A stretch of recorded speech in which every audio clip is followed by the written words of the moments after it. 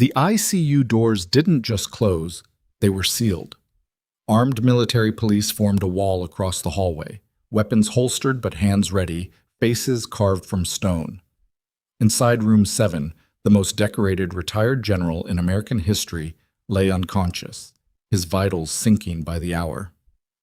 And Chief of Medicine, Dr. Marshall Voss, stood at the center of it all, white coat pressed, expression unreadable, voice low and absolute when he gave the order that stopped every nurse, every doctor, every orderly cold. No one enters this room without my authorization. No one. Behind the crowd, a quiet nurse named Claire Ashford watched the monitor numbers drop and understood exactly what they meant. If this story already has you hooked, hit that like button, subscribe so you don't miss a single part, and drop your city in the comments below. I want to see just how far this story has traveled. The morning had started the way most mornings at Hargrove Medical Center started. Too fast, too loud, and already running behind. Claire Ashford arrived on the 7th floor at 6:47 a.m., 13 minutes before the official start of her shift, the way she always did. She wore her dark navy scrubs, hair pulled back tight enough to last a 12-hour run, and carried a stainless steel travel mug that had long since lost its heat by the time she found a spare moment to drink from it. The night nurses gave their handoffs in tired bursts. Patient in 704 had spiked a fever around 3 a.m., the patient in 711 was asking again about discharge paperwork, and the new admission in room 7 was still being stabilized. New admission was one way to put it. Nadia Reyes, the charge nurse finishing her night rotation, leaned close when she passed the file. They moved him up here about an hour ago. General Warren Holt, retired, 71, came in through the ER last night. They're calling it acute cardiac event.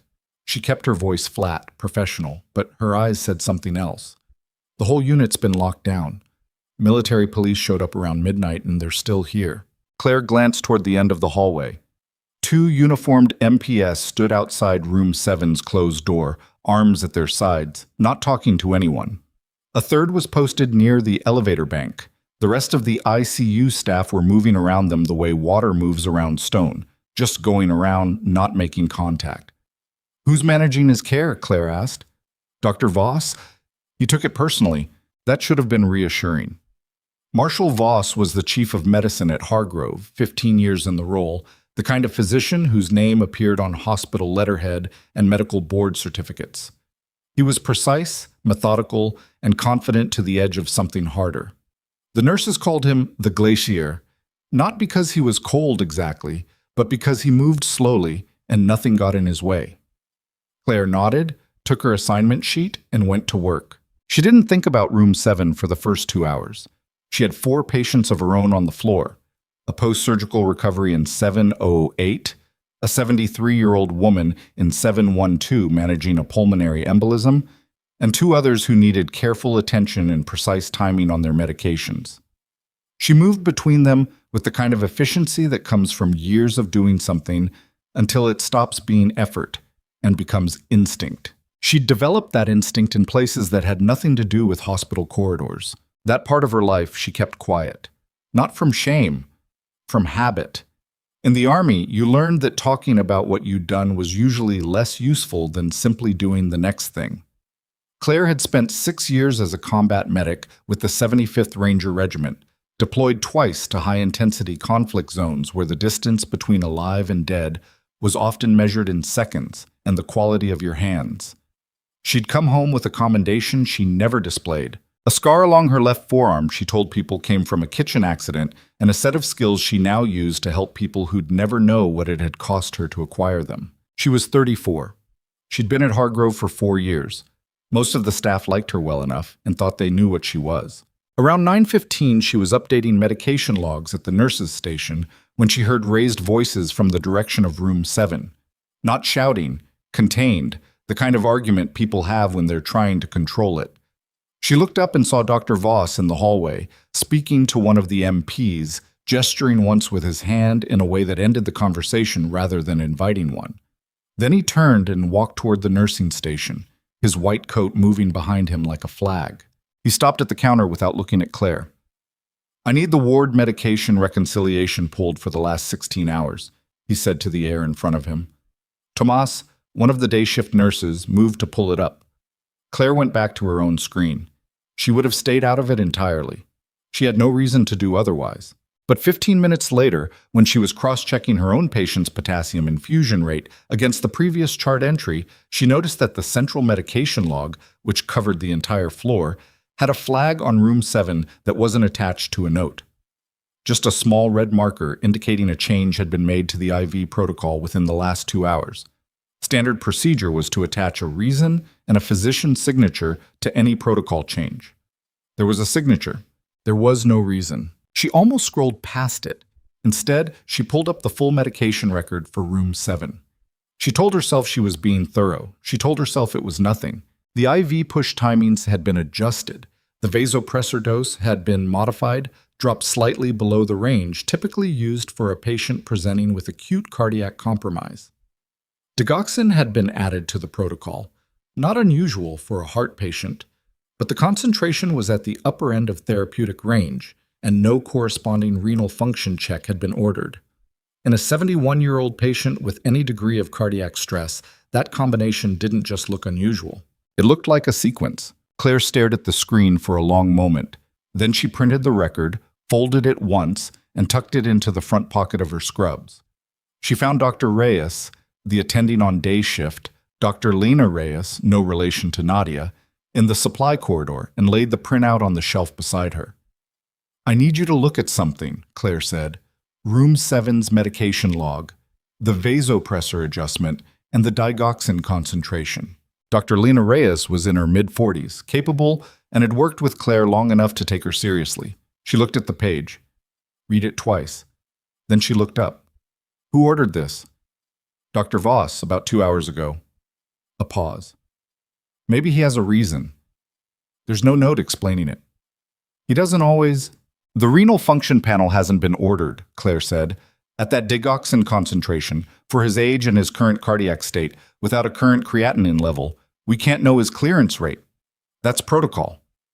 Dr. Reyes looked at the page again, then looked at the hallway behind her, then looked at Claire. Something moved behind her eyes. Oh, not disagreement exactly, more like calculation.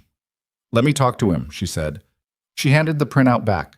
20 minutes later, Dr. Reyes found Claire at the medication cart. "He says he has a reason," she said quietly. "He says the protocol is appropriate for this patient and that any concern should go through him directly." She paused.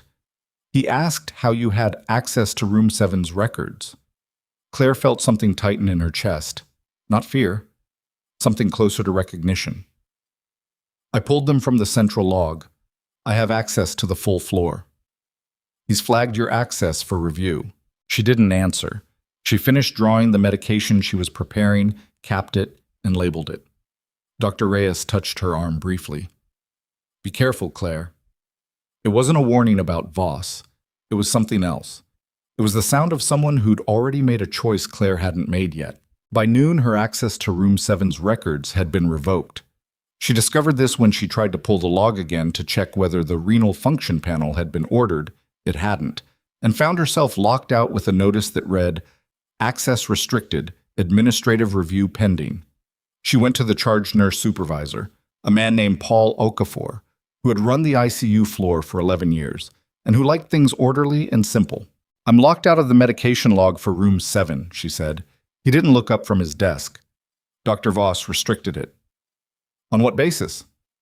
"Unauthorized access to a restricted patient file." "It's on the central floor log. I have full floor access. That's standard for my role." Now he looked up.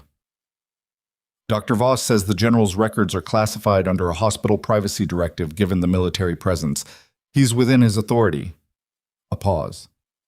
"Claire, I'd leave this one alone." She walked out of his office and stood in the corridor for a moment, very still. The thing about her training, both the medical part and the other part, was that it had made her exceptionally good at reading situations. Not paranoid, not prone to assumption, but calibrated. She'd spent years in environments where the gap between what was being said and what was actually happening could get people killed, and the skill of reading that gap had become automatic in a way she couldn't switch off. Something was wrong with room 7. Not wrong in the way of incompetence or oversight. Wrong in the specific, deliberate way that required intention. She spent her lunch break, 15 minutes, eaten standing up near the window at the end of the corridor, writing down everything she'd observed with as much precision as she could. Times, medication values, the sequence of access restrictions, the lack of documentation. She wrote it in her personal notebook, the small green one she kept in her left breast pocket, in a shorthand that looked like scattered notes to anyone else and was completely legible to her. Then she went back to her patients. At 2:30 in the afternoon, Dr. Marshall Voss came to find her himself. She was in 712 adjusting the IV drip rate for her pulmonary embolism patient, a woman named Mrs. Farida Kwan, who was 73 and small and sharp, and always wanted to know exactly what Claire was doing and why. Claire had explained the adjustment and was mid-sentence when the door opened without a knock. Voss stood in the doorway.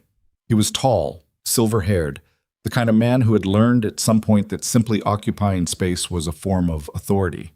He looked at Claire without expression. "When you're done," he said, and left. Mrs. Kwan watched him go. "That one," she said softly, "doesn't like to be kept waiting."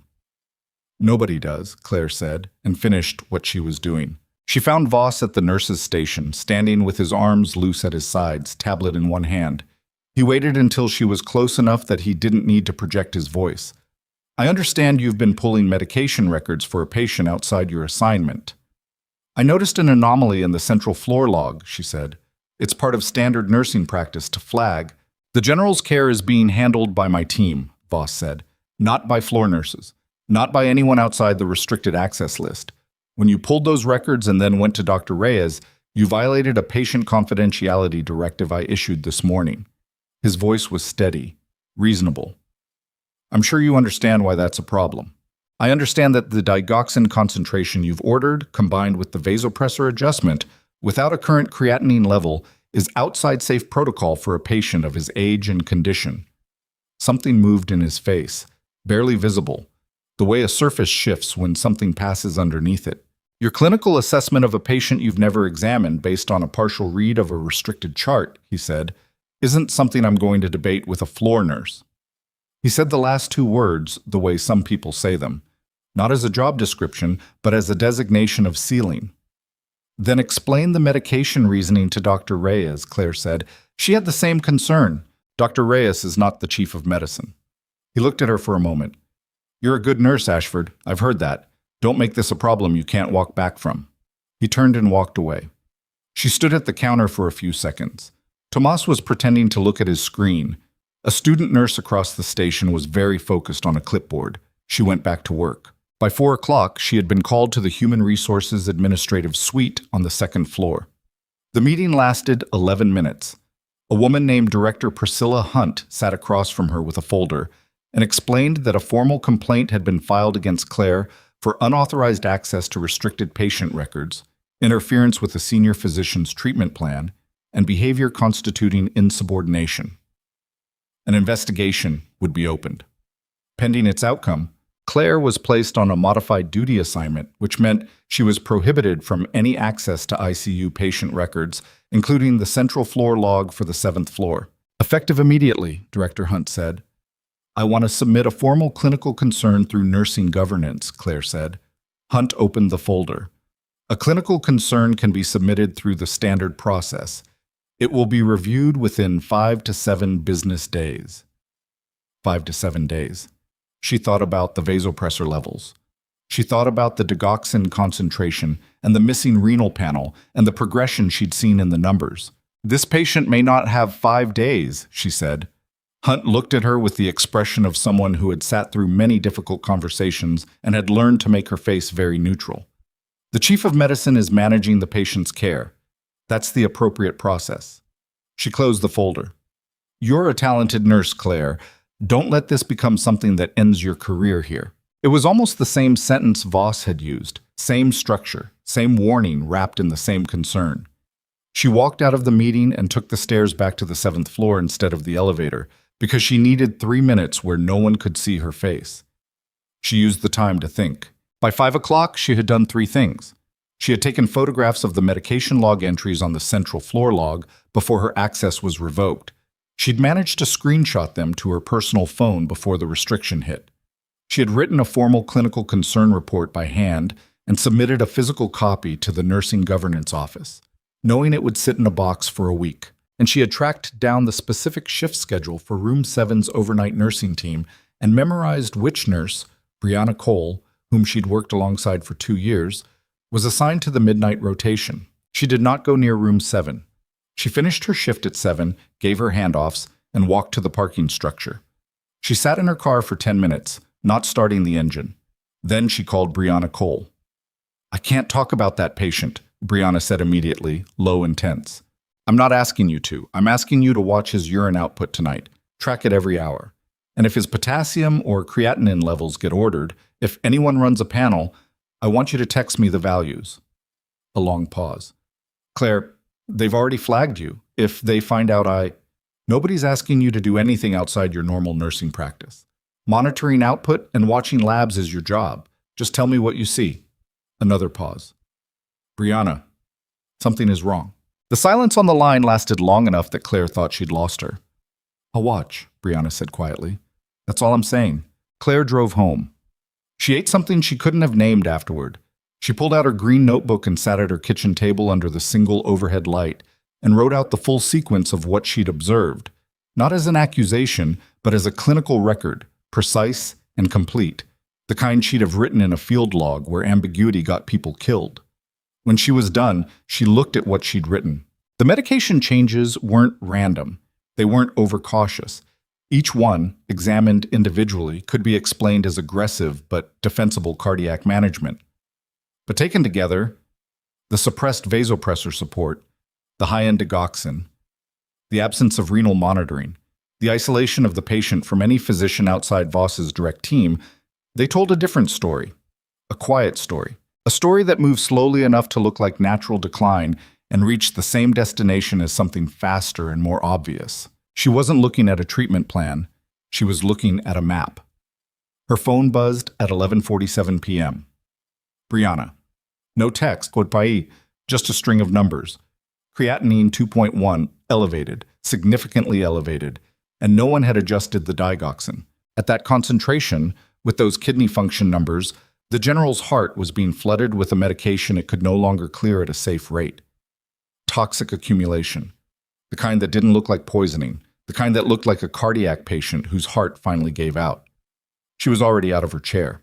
She pulled on her jacket, grabbed her keys, grabbed her bag, the one she kept packed from her old life, with field supplies she'd never quite brought herself to remove.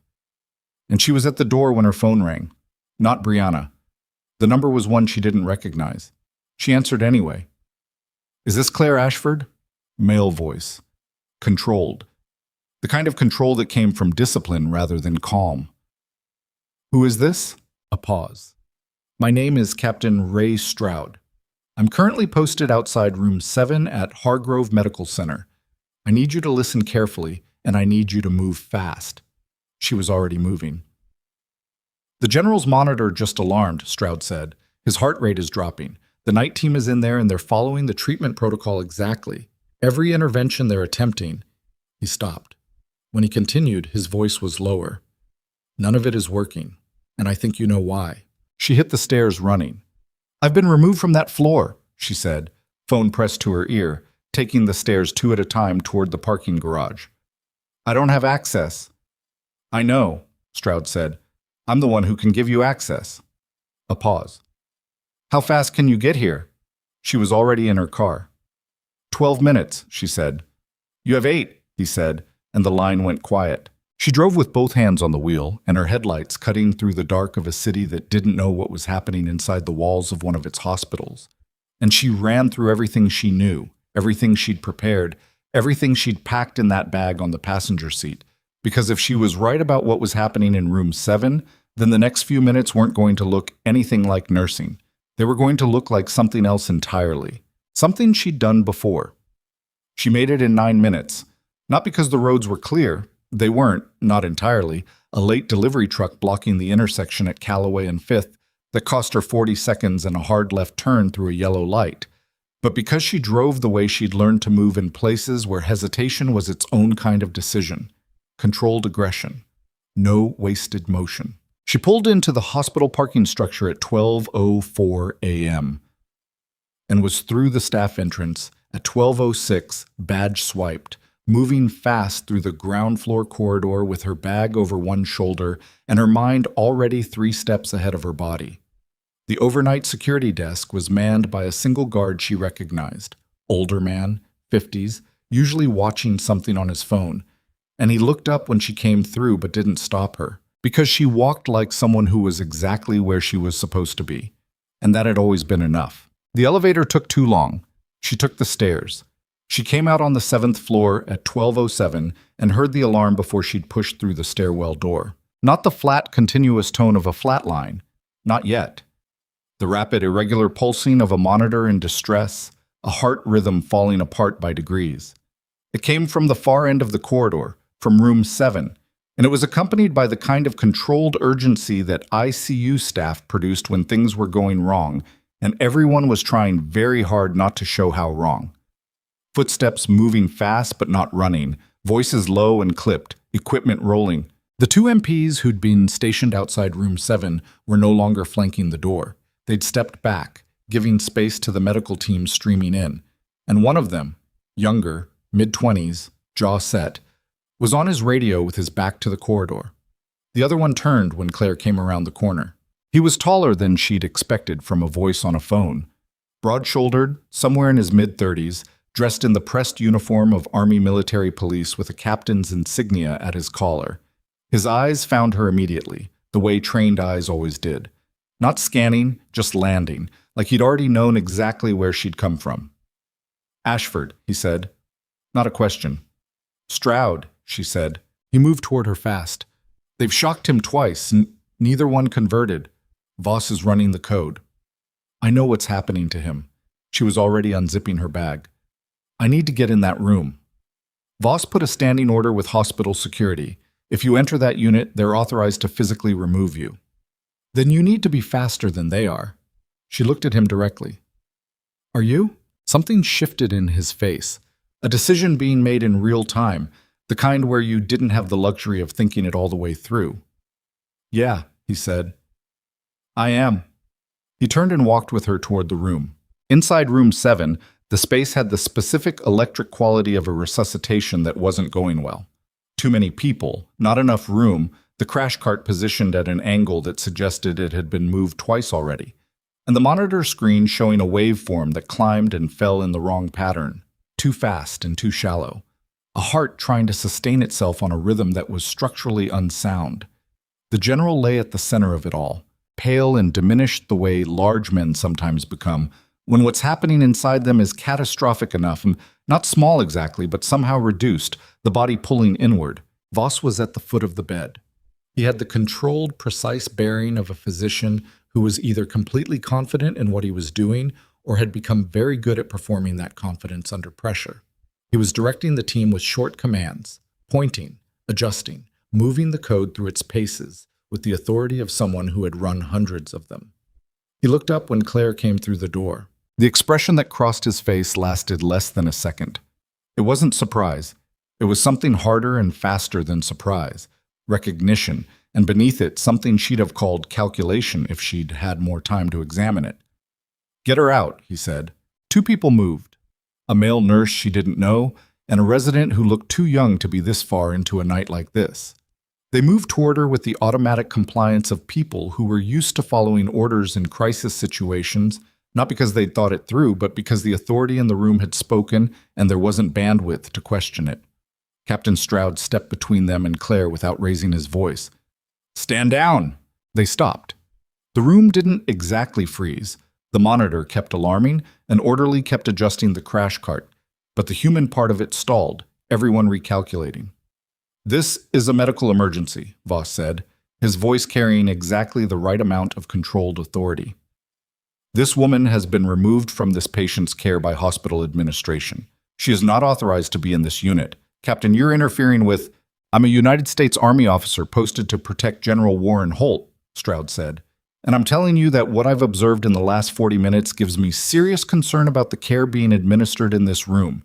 He didn't raise his voice. He didn't need to. "Let her work." "You have no medical authority here." "No." Stroud said. "But I have a phone call into the Pentagon and 3 more MPs in the parking lot." He looked at Voss across the length of the room. "How long do you want to spend having this conversation?" Voss's jaw moved. The muscle there tightened once, released. Claire was already at the bedside. She didn't look at Voss. She looked at the IV line running into the general's left arm. The primary line, the one that had been running the medication protocol Voss had ordered. And she looked at the monitor, and she looked at the rhythm, and she did the math in her head that she'd been doing since 11:47 when Brianna's text had come through with the creatinine number. Digoxin toxicity didn't always look like textbook poisoning. In an elderly cardiac patient already in distress, it could present as exactly what this looked like: worsening arrhythmia, failure to respond to standard ACLS interventions, a heart that seemed to be fighting itself. The medication was doing what high concentrations of digoxin did in a body that couldn't clear it properly: accumulating, pressing down on a cardiac system that was already compromised. The shock treatments weren't failing because the team was doing them wrong. They were failing because they were the wrong treatment for what was actually happening. "Primary IV line," she said to Brianna, who was on the other side of the bed and looking at Claire with an expression caught somewhere between relief and terror. "I need it out. Now." "That line is running critical," the young resident started. "It's running the problem," Claire said. She looked at Brianna. "Pull it." Brianna looked at Voss. Then she looked at the monitor. Then she looked at Claire. 3 seconds. The general's rhythm spiked and dropped on the screen. She pulled the line. Voss made a sound, not a word, something lower, the sound a person makes when a situation they've been controlling just moved outside their reach. He took a step forward. Stroud shifted his weight, just slightly, and Voss stopped. Claire opened her bag on the edge of the bedside table. She'd packed it the way she used to pack her field kit, not for the scenarios she expected, but for the scenarios she didn't, which meant it contained things a hospital room shouldn't have needed and did. Digoxin immune fab fragments, Digibind, which she'd obtained through a clinical supply contact she'd never fully explained to anyone at Hargrove, because the explanation would have raised more questions than the supply was worth. She'd kept 2 vials in rotation, updated as needed, the way she'd once kept certain items in a kit that her commanding officer had officially known nothing about. "What is that?" the resident said, not quite a question, staring at the vials. "Digoxin antidote," Claire said. "His creatinine at 11:30 was 2.1. He can't clear the concentration Voss ordered. It's been accumulating since this morning." She was already drawing the first dose. "This is what's causing the arrhythmia. This is why he's not converting." A silence in the room that had a different texture than the one before. The first silence had been about authority. Who had it? Who was challenging it? This one was about something else. People were doing math, looking at the monitor, looking at the vials, looking at Voss.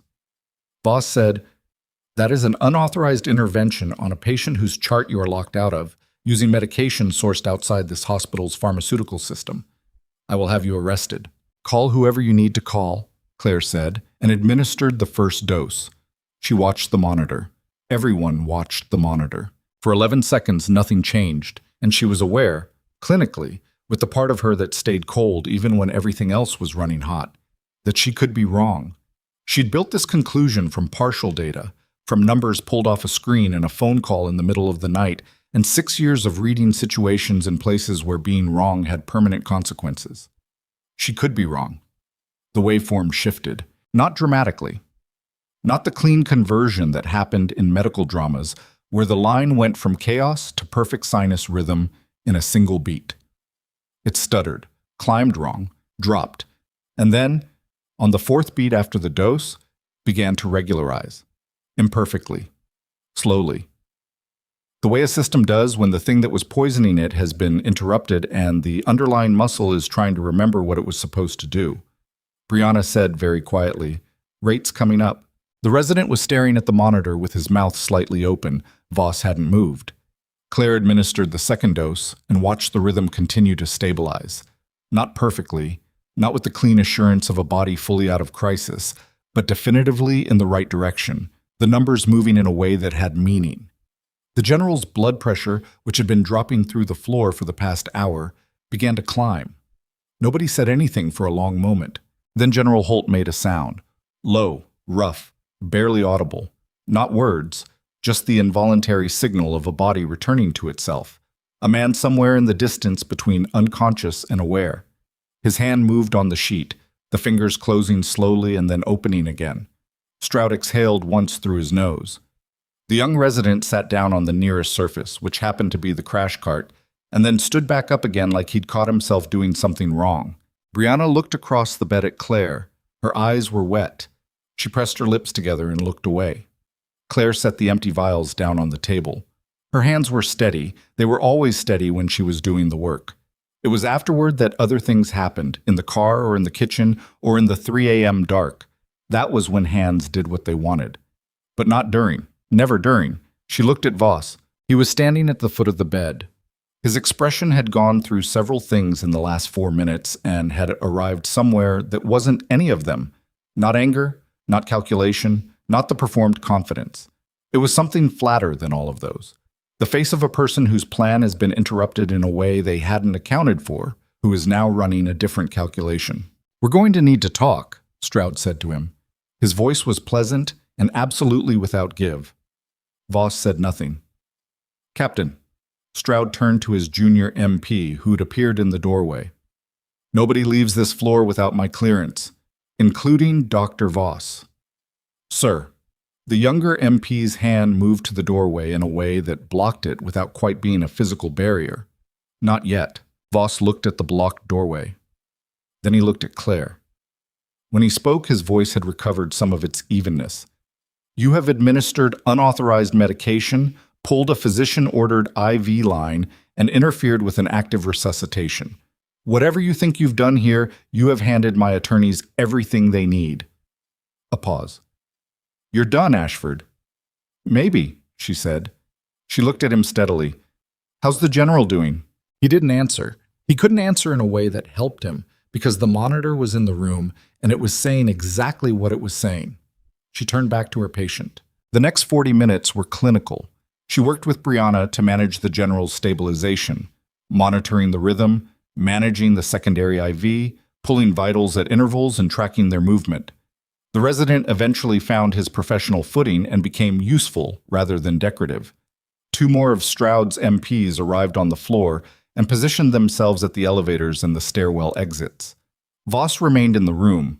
Technically, he hadn't been detained, but he stood apart from the medical activity with his tablet in his hand and his face arranged in a neutrality that was working harder than it looked. At one point, Claire glanced over and caught him looking at her with an expression she recognized from other contexts, other situations.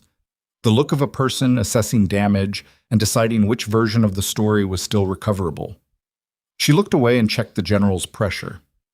At 1:15 a.m., Warren Holt opened his eyes. Not fully, not with the dramatic clarity of someone surfacing cleanly from crisis.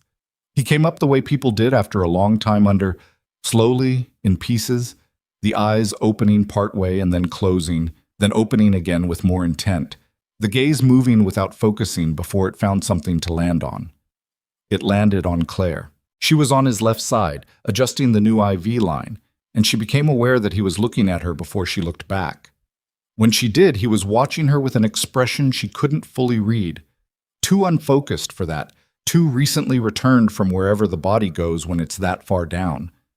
But there was something in it, something that wasn't confusion. "Hey," she said, low. "You're okay. You're at Hargrove Medical Center. Your heart had a rough hour, but it's stabilizing. Just breathe."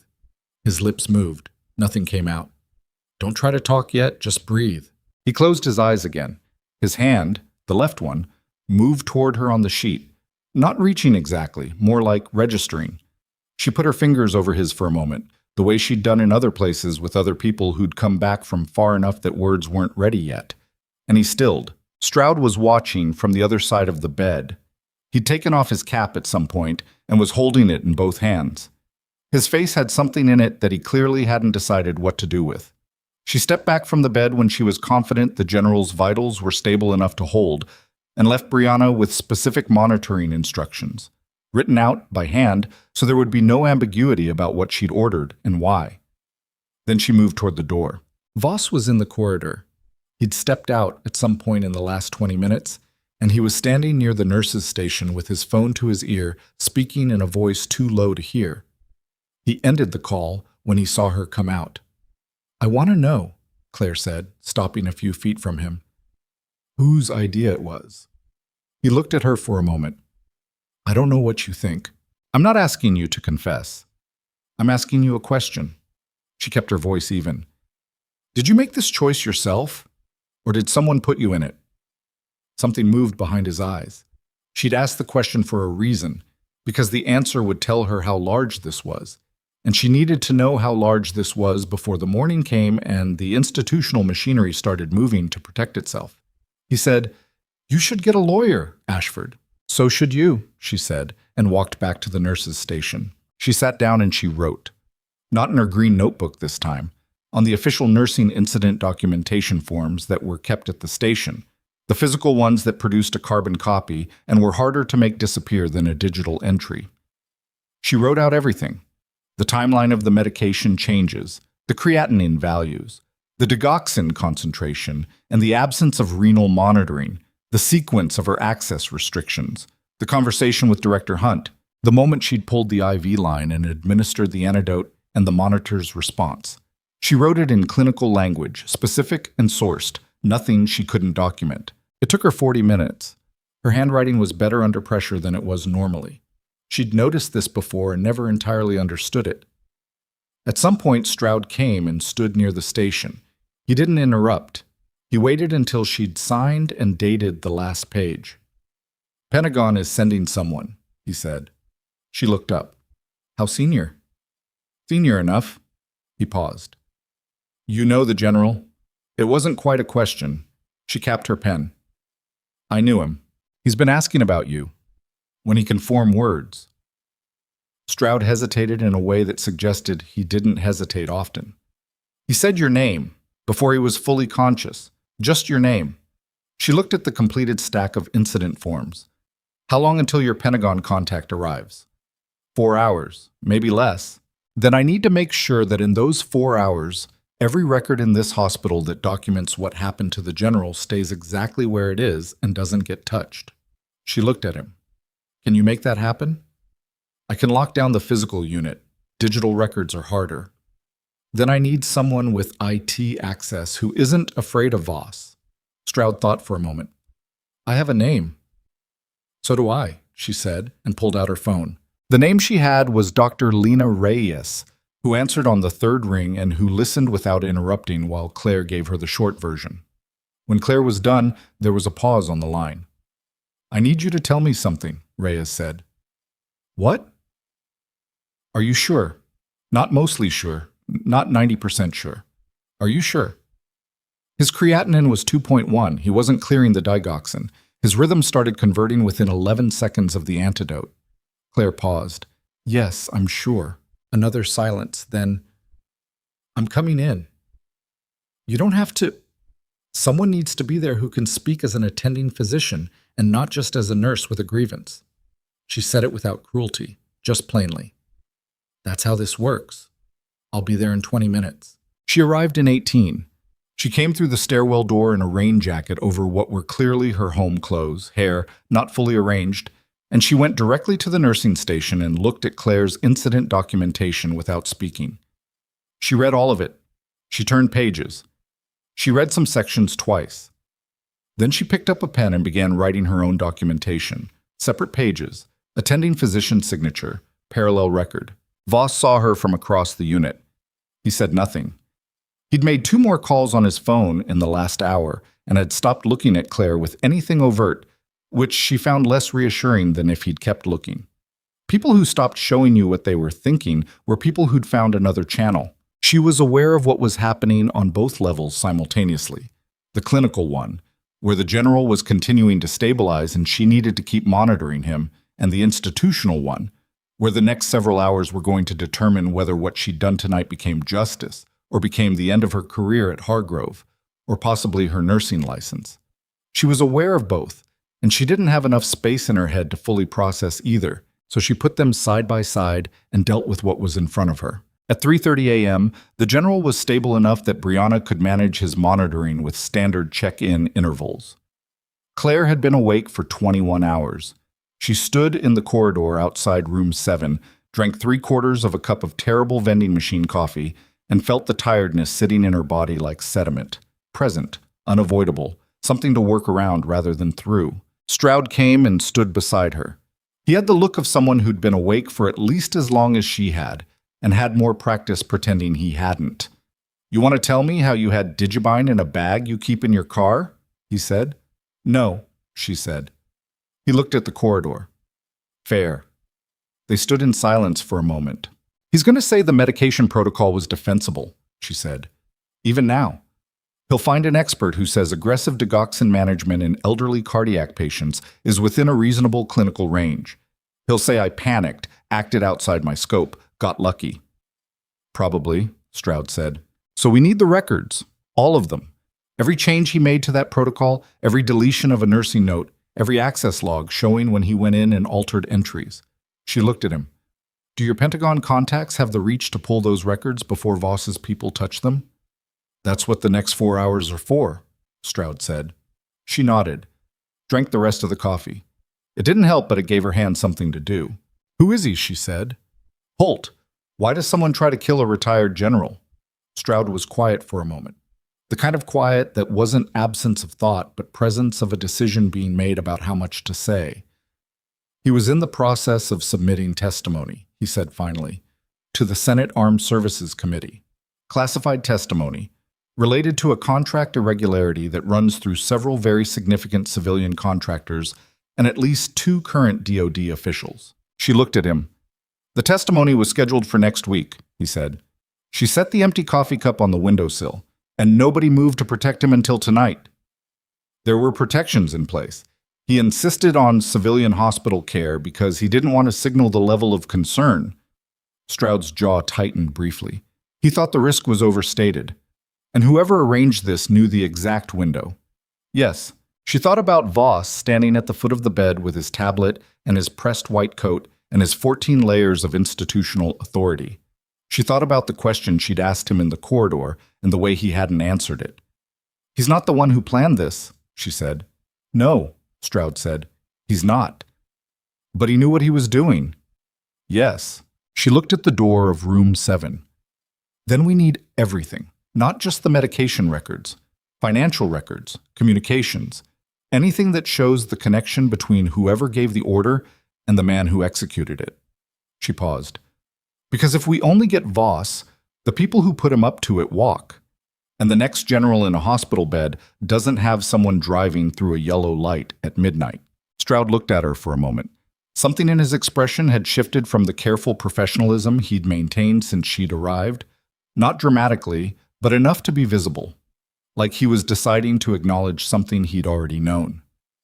"When did you last sleep?" he said. "Yesterday sometime?" "You should sit down." "I will when I know the records are secured." His phone buzzed. He looked at the screen. "It's in the server room. My contact from the Pentagon just landed at Keller Regional Airport." He paused. "And hospital administration got a call about 20 minutes ago from someone at the Department of Defense they weren't expecting." She exhaled once. "How angry is Voss?" "Controlled, which means very." She turned and looked down the corridor. Voss was at the far end, near the elevator, speaking with a man she didn't recognize. Civilian clothes, middle-aged, the kind of forgettable professional bearing that could mean a lot of different things. He was listening to Voss with his hands in his pockets and his face entirely neutral. She watched for a moment. "Who is that with him?" she said. Stroud turned to look. His expression changed by a fraction. "I don't know," he said, and his voice had shifted just slightly in a way that made her not believe him. She looked at the man again. He'd turned slightly, just enough that she could see his profile. He was looking at Voss the way people looked at someone delivering a report, receiving information, processing it, not particularly moved by it either way. He had the quality of a person who had been in many rooms where bad things were being decided and had developed a permanent absence of visible reaction to that fact. Then he turned his head, almost casually, and looked directly at Claire. She didn't look away. He held her gaze for 2 seconds. Then he turned back to Voss and said something she couldn't hear. Voss's posture changed when he heard it, almost imperceptibly, a subtle dropping of the shoulders, a shift in how he was holding his weight. Whatever the man had just said to him, it had taken something out of him. Not reassurance, something else, the opposite of reassurance. Stroud's phone buzzed again. He looked at it, and his face did something she couldn't read fast enough. "What?" she said. "The server room," he said. "My IT contact just sent me a message." He looked up from the phone. 3 hours of medication records for room 7 were deleted from the system 12 minutes ago. She stared at him. "Someone accessed the hospital's back end remotely," he said, "from outside the building." She looked at the man at the end of the corridor. He was still talking to Voss, unhurried, his hands still in his pockets. "Who is he?" she said again, and this time it wasn't a question about whether Stroud knew. He breathed in through his nose. "His name is Aldrich Morn," he said quietly. "He's a senior policy director for the DOD. She felt something settle in her chest, cold and specific. The same DOD that's sending someone to look at the general's case. Different office, different chain. He paused. "But yes." She looked at Morn. He was no longer looking at her. He was nodding slowly at something Voss had said, the nod of a man who has heard what he came to hear and is now deciding what to do with it. She reached into her scrubs pocket and pulled out her phone. She opened her photos. The screenshots of the medication log she'd taken before her access was revoked, the ones she'd taken on her personal device, before any of this, before the records had existed in a form that could be deleted. She stared at them on the small screen. Not everything was gone. Not yet. But the man at the end of the corridor had just told her something she hadn't known 2 minutes ago. This was bigger than a hospital, bigger than one doctor, and someone on the inside of the investigation that was supposed to expose it had just walked into the building where she was standing. She lowered her phone and looked at Stroud. "I need to make a copy of everything I have," she said, "right now. And I need to send it somewhere that Morn's people can't reach." Stroud looked at her steadily. "Do you have somewhere like that?" She thought for a moment. One name. A man she hadn't spoken to in 2 years, who had been her commanding officer in a life she'd mostly set aside, who had a secure server and a long memory, and who owed her nothing except the kind of debt that military people never formally acknowledged and never forgot. "Yeah," she said, "I do." She was already opening her contacts when the lights in the corridor flickered once, went out, and the entire 7th floor dropped into the flat emergency darkness of a hospital that had just lost primary power. And somewhere behind her, from the direction of room 7, the backup monitor alarm began to scream. The alarm didn't stop. It cut through the emergency darkness in short, sharp pulses. The backup monitor cycling through its power loss protocol before the generator kicked in, which at Hargrove took between 8 and 14 seconds depending on load. A number Claire knew because she'd asked once during an orientation drill and had filed it away the way she filed everything that might matter later. She was already moving before the 8th second. The corridor ran on dim red emergency lighting that threw everything into flat, directionless shadow. Enough to navigate, not enough to read by. She got to room 7's door in 4 steps and pushed through to find Brianna already at the bedside, one hand on the general's wrist, the other reaching for the manual BP cuff, doing exactly what she was supposed to do. The backup monitor had resumed its function and was displaying the general's rhythm, still irregular, still imperfect, but holding the pattern it had found after the antidote. Not crashing. Holding. "He's okay," Brianna said immediately, and her voice had the particular quality of someone who needed to say it out loud as much as they needed to report it. "Rhythm's the same. BP dropped 2 points, but it's holding." Claire checked the IV line. Still seated, still flowing. "Keep the manual checks every 5 minutes until the power stabilizes," she said. She went back to the corridor. The lights came up, full power, sudden and flat, and the 7th floor returned to itself in one hard blink. Stroud was at the nurse's station, phone to his ear, posture tight. The junior MP had moved from the elevator bank toward the stairwell. Claire looked toward the far end of the corridor where Voss and Aldrich Morn had been standing. Voss was still there, alone. Morn was gone. She looked at Stroud. He was still on the phone, but his eyes had found her, and they were saying something specific. She walked to him and waited. He ended the call. "Power cut was external," he said. "Someone accessed the utility junction on the south side of the building. Manual override. Where is Morn? Not on this floor. His jaw was set. We're looking. She turned toward the stairwell. The junior MP, a young man named Torres, whose name tag she'd registered 40 minutes ago, was standing with his hand on the door. He didn't go past me, Torres said. Elevator, she said. I was watching both. The service elevator, she said, on the east side. Does your coverage include the service elevator? Torres's face answered before he did. She looked at Stroud. He was already on his radio. The calculated reality of what Morn had just done was simple and ugly. The power cut had lasted 11 seconds, long enough to move one floor on a service elevator without being recorded by cameras running on the main power feed, assuming the backup camera system had its own reset lag, which at Hargrove, she knew from the same orientation drill, it did. 6 seconds of camera gap on backup power restoration. He'd had exactly enough time and had used exactly enough of it. He's not running, she said. He didn't have time to get out of the building. He moved to another floor. She thought about it for 3 seconds. Server room. Stroud said, It's in the server room. How many of your people can you get down there right now? He keyed his radio again, gave the order, looked at her. 2 minutes. I'll be there in 1, she said, and went for the stairwell. She took the stairs faster than was strictly safe, hand on the railing more for direction than support, moving on the specific fuel of someone who has been awake for 22 hours and has just identified the next problem with enough clarity that the tiredness becomes temporarily irrelevant. The server room at Hargrove was on the 3rd floor, East Wing. She'd been there once, 2 years ago, when a charting system failure had required a nursing supervisor to physically sign off on a reset, and she remembered the layout the way she remembered things she hadn't known she was memorizing at the time. She came out on 3 and went east. The server room door was ajar, a sliver of cold air from the climate control inside. She pushed through. The IT contact Stroud had mentioned, a man she'd never met, late 20s, heavy-set, dressed in civilian clothes that suggested he'd come in on a call rather than a shift, was sitting on the floor with his back against a server rack and a cut above his eyebrow that had bled down into his left eye. He had his hand pressed to the side of his head and was looking at the door when she came in with an expression that was trying to be stoic and not entirely succeeding. Morn was not in the room. She knelt down.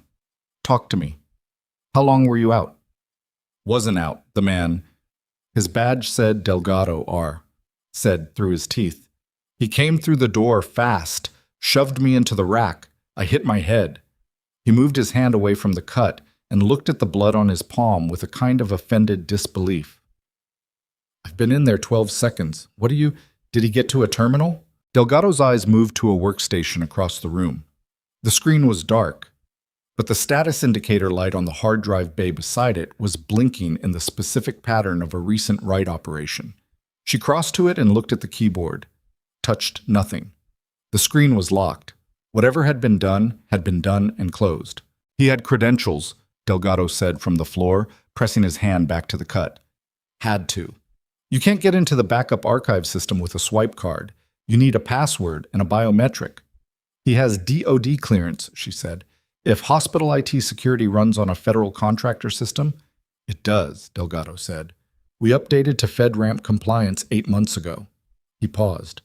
Which means anyone with the right federal credential tier can access the secondary archive. She stood in the middle of the server room and felt the shape of what had just happened complete itself. The first deletion, the one Stroud's team had caught, had removed the primary records. This was the backup. Morn hadn't come down here to destroy evidence. He'd come to access the backup archive and verify that the primary deletion was complete, and possibly to overwrite the backup with a sanitized version, which was more sophisticated and more deniable than a simple deletion. Stroud came through the door with one of his MPs and stopped when he saw Delgado on the floor. He's okay, Claire said. Concussion evaluation, but he's talking and tracking. She looked at Stroud. Morn accessed the backup archive. I don't know what he changed, but if there's any version of those records we can still recover, it's in whatever this system keeps as a tertiary log. Does this system have a tertiary log? Stroud said to Delgado. Delgado wiped blood from his eye with the back of his wrist. Everything has a tertiary log if you know where to look. It's not designed for recovery. It's for compliance auditing. Stripped down version. Timestamps and access flags, not the full data. Is it accessible from this terminal? Not without my credentials. He shifted against the rack and made a face. Help me up. Stroud's MP got him to the chair. Delgado sat in front of the terminal and blinked twice to clear his vision, which was not an encouraging sign for his head, and then typed in a sequence that Claire deliberately didn't watch closely because some information was more useful to not have seen. The screen populated. Delgado scrolled slowly, tracking with his index finger. Access log for Room 7's medication records, he said. Primary file, deleted at 0241. He scrolled further. Backup archived at accessed at 0319, modified. He paused. Tertiary compliance log. Another pause, longer.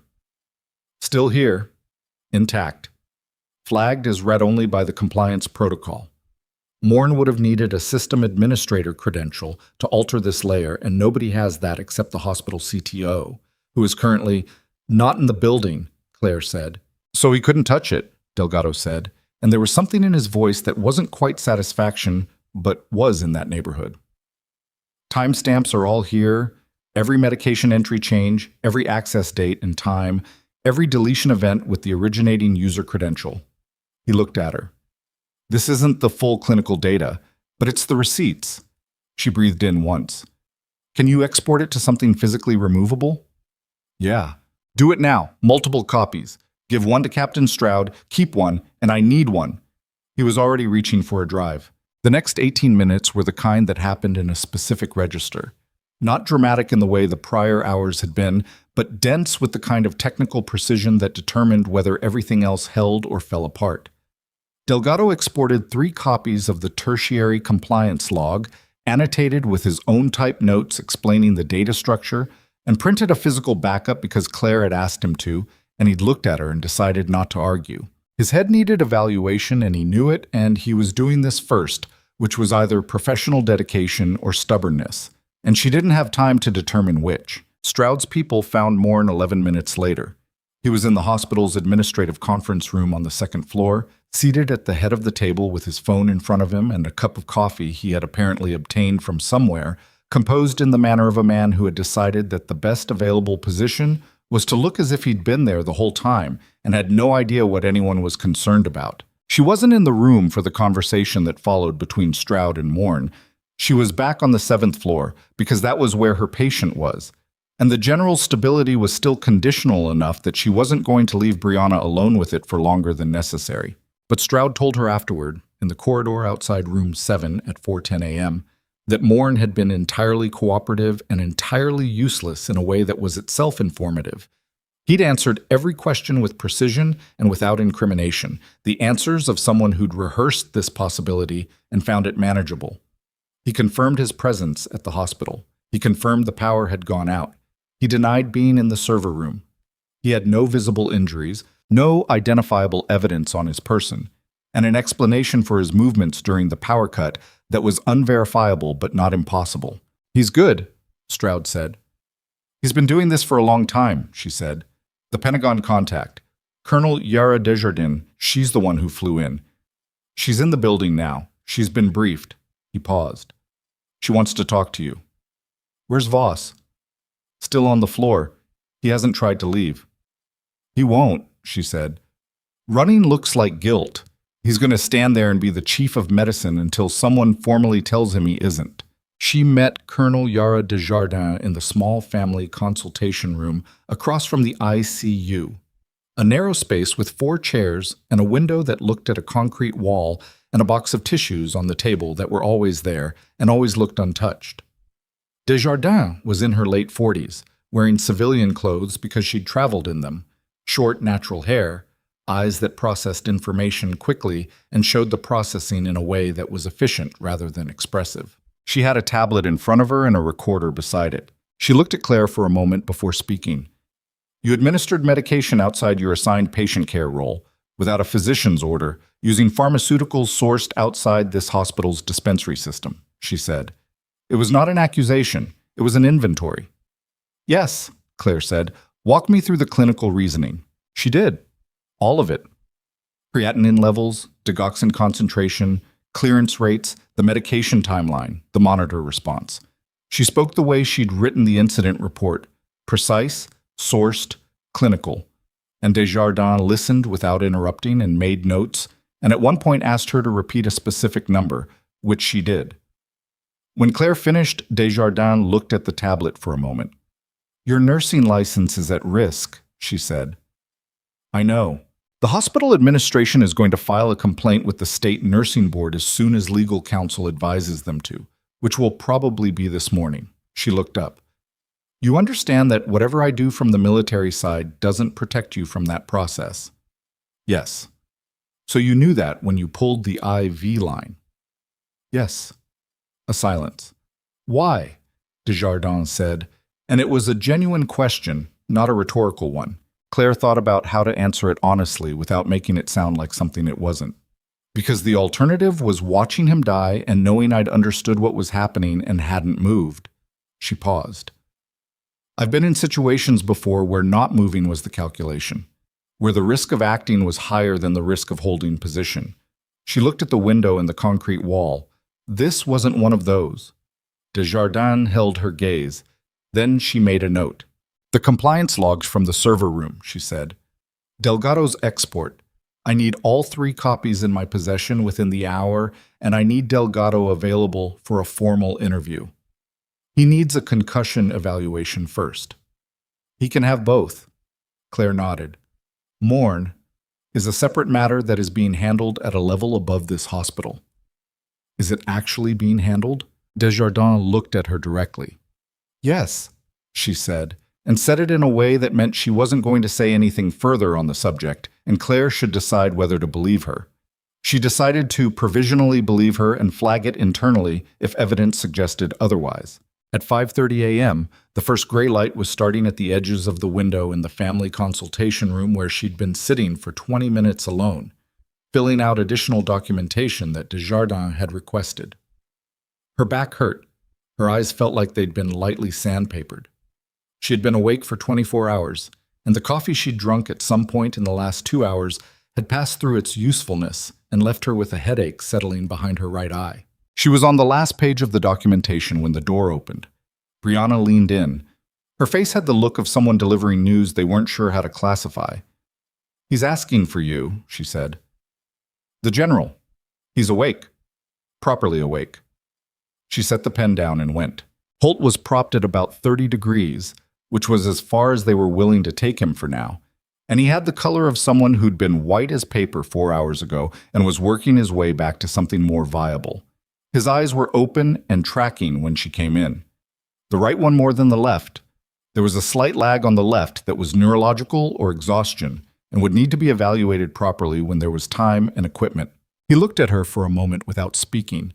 Then he said, in a voice that was rough and lower than it probably normally was, "I thought I dreamed you." "You didn't," she said. She pulled the chair from the corner and sat down beside the bed, because standing over him felt wrong. "How's your chest?" "Like someone sat on it." He moved slightly and his jaw tightened. "For a while." "That'll ease. How's your vision?" "Blurry on the left." He blinked. "Getting better. I'm going to have neurology check you when the morning shift is in. For now, your heart rhythm has been stable for about 3 hours." He nodded slowly. He was watching her with an expression she still couldn't fully read, partly because he was still emerging and partly because it was genuinely complex, something that had been formed over time rather than in the moment. "They told me about the IV," he said.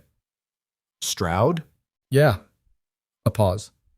"You pulled the line and used your own supply on a restricted patient after they'd locked you out." "Yes. That's going to cost you something."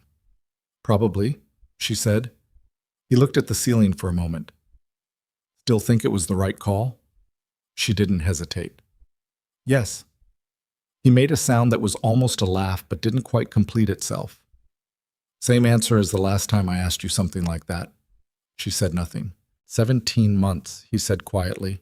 "That's how long ago that was, give or take." 17 months and some, she said. He looked at her. "You never submitted the after-action report." "I submitted a report." "You know what I mean." The full one. The full one had information in it that would have complicated things for 4 people who didn't need their lives complicated. She looked at her hands for a moment. So I submitted the version that covered what needed to be covered. He was quiet for a few seconds.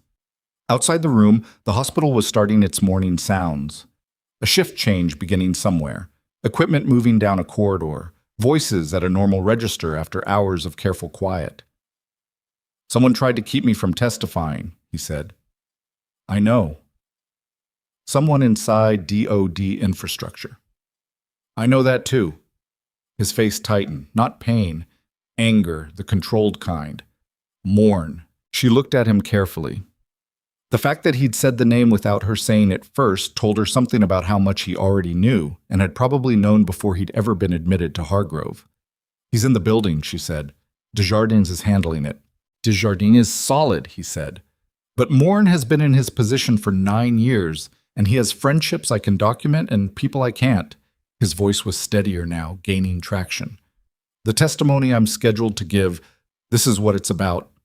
Not just the contract irregularity. The network around it. Mourn is 3 people removed from the center, but he's connected. Then the testimony has to happen. It will happen, he said, and the flatness in his voice meant he was done discussing weather. She nodded. Claire, he said. She looked at him. When this is over, and it will be over, I'm going to say some things publicly that I should have said 2 years ago. He met her eyes. About Karjun Valley. About what happened there. And who was responsible for what, and who saved who.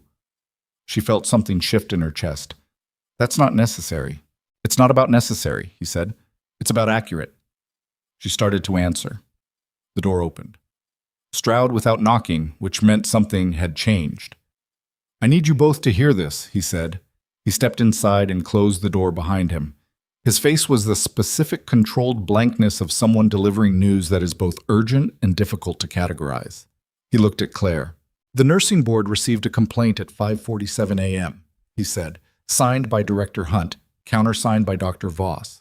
They're requesting an emergency suspension of your license pending investigation into unauthorized medication administration. He paused. The board has 2 business days to respond, but they can issue a temporary administrative hold within hours if they deem the situation a patient safety concern. She had known this was coming. She had known it since 1 a.m. It still landed with weight. And, Stroud said, and the word carried something additional. She waited. Voss's attorney contacted the hospital at 5:52 a.m. He looked at her steadily. They're filing a civil claim against you personally. Unauthorized medical intervention, potential criminal exposure for practicing medicine without a license. He paused. And they're filing a separate motion to have the compliance log excluded from any investigation on the grounds that it was accessed and exported during an unauthorized intrusion into the hospital's secure server room. The general made a sound. They're trying to make the evidence inadmissible, Claire said. Yes. On the grounds that Delgado and I accessed it without authorization. Delgado is an IT contractor with access rights. The argument is thin, but it's enough to slow things down if they get the right judge. Stroud's voice was even, giving her the information without editorializing. Desjardins is on the phone with the U.S. Attorney's Office right now, but Voss's attorney moved fast. She sat in the chair beside the general's bed and looked at the window where the morning was getting lighter by degrees. The sequence of it was clear in her head. Not panicked, just clear. They were trying to flip the frame, make her the unauthorized actor, and make the evidence she'd uncovered a product of that unauthorized action, which would let the records that remained, the sanitized ones Mourn had touched, become the official version of what had happened in Room 7. It was a good move.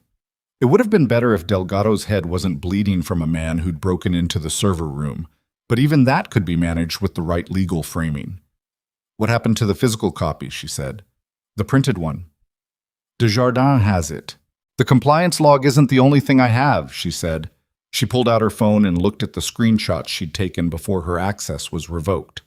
The ones from early yesterday, before any of this, before the first deletion, when the original medication records were still intact. She looked at them on the small screen. 12 screenshots. The complete medication protocol as Voss had entered it, time-stamped, in full detail. Personal device. Taken during her normal work access, before any restriction had been issued. She looked at Stroud.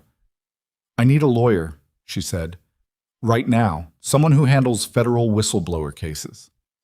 "I have a name," the general said from the bed, "and she'll take your call at 6 in the morning."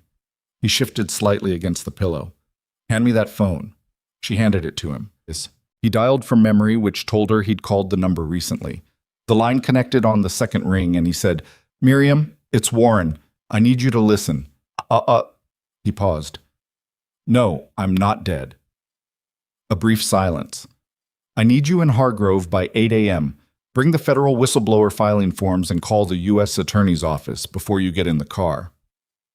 Another pause, then, "Because the nurse who saved my life is about to lose her license for doing it, and I need that stopped before the business day starts." He handed the phone back. She held it in her hand and looked at him. "Miriam Voss," he said, and watched her process the name. "No relation to Marshall. She's been litigating DOD contractor corruption cases for 20 years, and she owes me a favor I've never called in." The corner of his mouth moved. This seemed like the right occasion. She almost said something, didn't. Stroud's radio crackled. He listened. His expression shifted. Not much, but enough. "What?" she said. He looked at her. "Voss just collapsed in the corridor." She was on her feet before she decided to stand. "Cardiac?" she said, already moving. "Unknown. He went down outside the elevator. He's conscious, but..." Stroud was following her into the corridor. "Claire, wait." She stopped. "Our MP was right there when it happened," Stroud said carefully. "Voss went down and grabbed his arm and said something before the medical team got to him." She looked at him. "What did he say?" Stroud's face was doing something complicated. "He said he wanted to talk to you," he said. "Only you, before anyone else." She stood in the corridor with the morning light coming through the window at the end of the hall and looked at the cluster of people 40 feet away. The medical team converging, 2 MPs standing just outside the activity, and in the middle of it Marshal Voss on the floor in his white coat that wasn't pressed anymore. She started walking. Behind her, from room 7, she heard the general say something to Stroud. Low, sharp, 2 words she almost caught and didn't, and then Stroud's footsteps following her, close enough to be present, but far enough to let her move. She reached the edge of the cluster. The team parted for her automatically, the way teams did, and she saw Voss on the floor. Conscious, as reported, color bad but not critical, his breathing fast and shallow in the pattern of something that was at least partly panic and possibly something else. His eyes found her immediately. The medical team was doing their job around him. She knelt down. "I'm here," she said. "What happened?" He looked at her with an expression that had lost every layer it had carried for the last 12 hours. No authority, no calculation, no performed confidence. What was underneath was something she hadn't expected. "I didn't know he was going to die," Voss said. His voice was low and fractured. "They told me it would just..." He stopped, swallowed. "They told me you would catch it in time." She stared at him. "They knew," he said. "About you. They knew what you'd do." His breathing hitched. "This was never about the general surviving or not surviving, Claire. It was about what you would do when you tried to stop it." The corridor noise continued around her, the team, the equipment, the morning sounds of the hospital, and she knelt on the floor beside Marshal Voss and felt the bottom drop out of everything she'd thought she'd understood about tonight. "What are you telling me?" she said very quietly. He looked at her with the eyes of a man who had just understood that the thing he'd been part of was significantly larger than the piece of it he'd been shown. "They needed something on you," he said, "something that would hold, and they needed you to give it to them yourself." The corridor was too loud for what Voss had just said. Around them, the medical team was doing their job. Blood pressure cuff, oxygen saturation probe, one of the residents asking Voss to squeeze his hand, standard protocol for a man down. And all of it was happening at normal volume while Claire knelt on the floor and felt the architecture of the last 12 hours rebuild itself into something she hadn't seen coming. They had known about her, not guessed, not anticipated. Known. Her training, her history, her specific clinical instinct, and had built the scenario around what she would do when she encountered it. The medication protocol wasn't just a murder attempt, it was a mechanism. Something designed to be caught by the right person, stopped by the right person, and then used against that person when the intervention crossed the legal lines they'd quietly ensured she couldn't avoid crossing. She looked at Voss on the floor. His color was bad but stabilizing. Whatever had dropped him was already resolving. Stress response, vasovagal, his body finally presenting the invoice for the night's accumulated pressure. Not a cardiac event. Not yet. "Who gave you the protocol?" she said. He looked at the ceiling. "I can't. You're on the floor of your own hospital," she said. "You just told me this was a setup. Who gave you the protocol?" His throat moved. "It came through the hospital board. A recommendation from an outside consultant. Cardiac management specialist," they said. "Peer-reviewed approach for complex elderly patients." He paused. The paperwork was immaculate. Name of the consultant. I only ever communicated through email. The address routed through a medical consulting firm I checked twice. He closed his eyes briefly.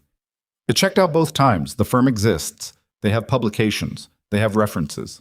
But the person who gave you the specific protocol, I never spoke to them directly. She sat back on her heels and thought about this for 2 seconds, which was all she had. The design of it was clean. Voss had been given a protocol through a legitimate-looking channel. Given, not ordered, given in a way that let him believe he was exercising his own clinical judgment with informed external support. He'd been insulated from the source, and if the general had died, Voss would have been left holding medical records that showed aggressive but defensible treatment, with no obvious connection to whoever had engineered the protocol in the first place. If Claire had caught it and intervened without crossing any lines, if she'd somehow managed to flag it through proper channels in time, the protocol still would have worked eventually, and the consultant's paperwork would have provided Voss's cover. But they'd calculated that she wouldn't have time to go through proper channels. They'd calculated that she'd pull the line and inject the antidote and source the medication from outside the hospital supply system.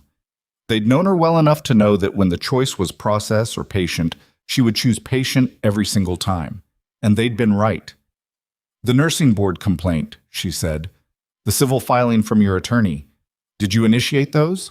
Voss opened his eyes and looked at her. "My attorney called me at 5 a.m., he said. "I didn't call him." She stood up. Stroud was 2 steps behind her. She turned to him and kept her voice below the noise level of the team still working around Voss. "The attorney who filed against me this morning," she said. "Find out who retained him." Stroud's expression told her he was already thinking it. If the legal action was initiated before Voss made contact, then someone filed it on Voss's behalf without his instruction, which means the attorney isn't Voss's attorney. She looked down the corridor. "He's theirs."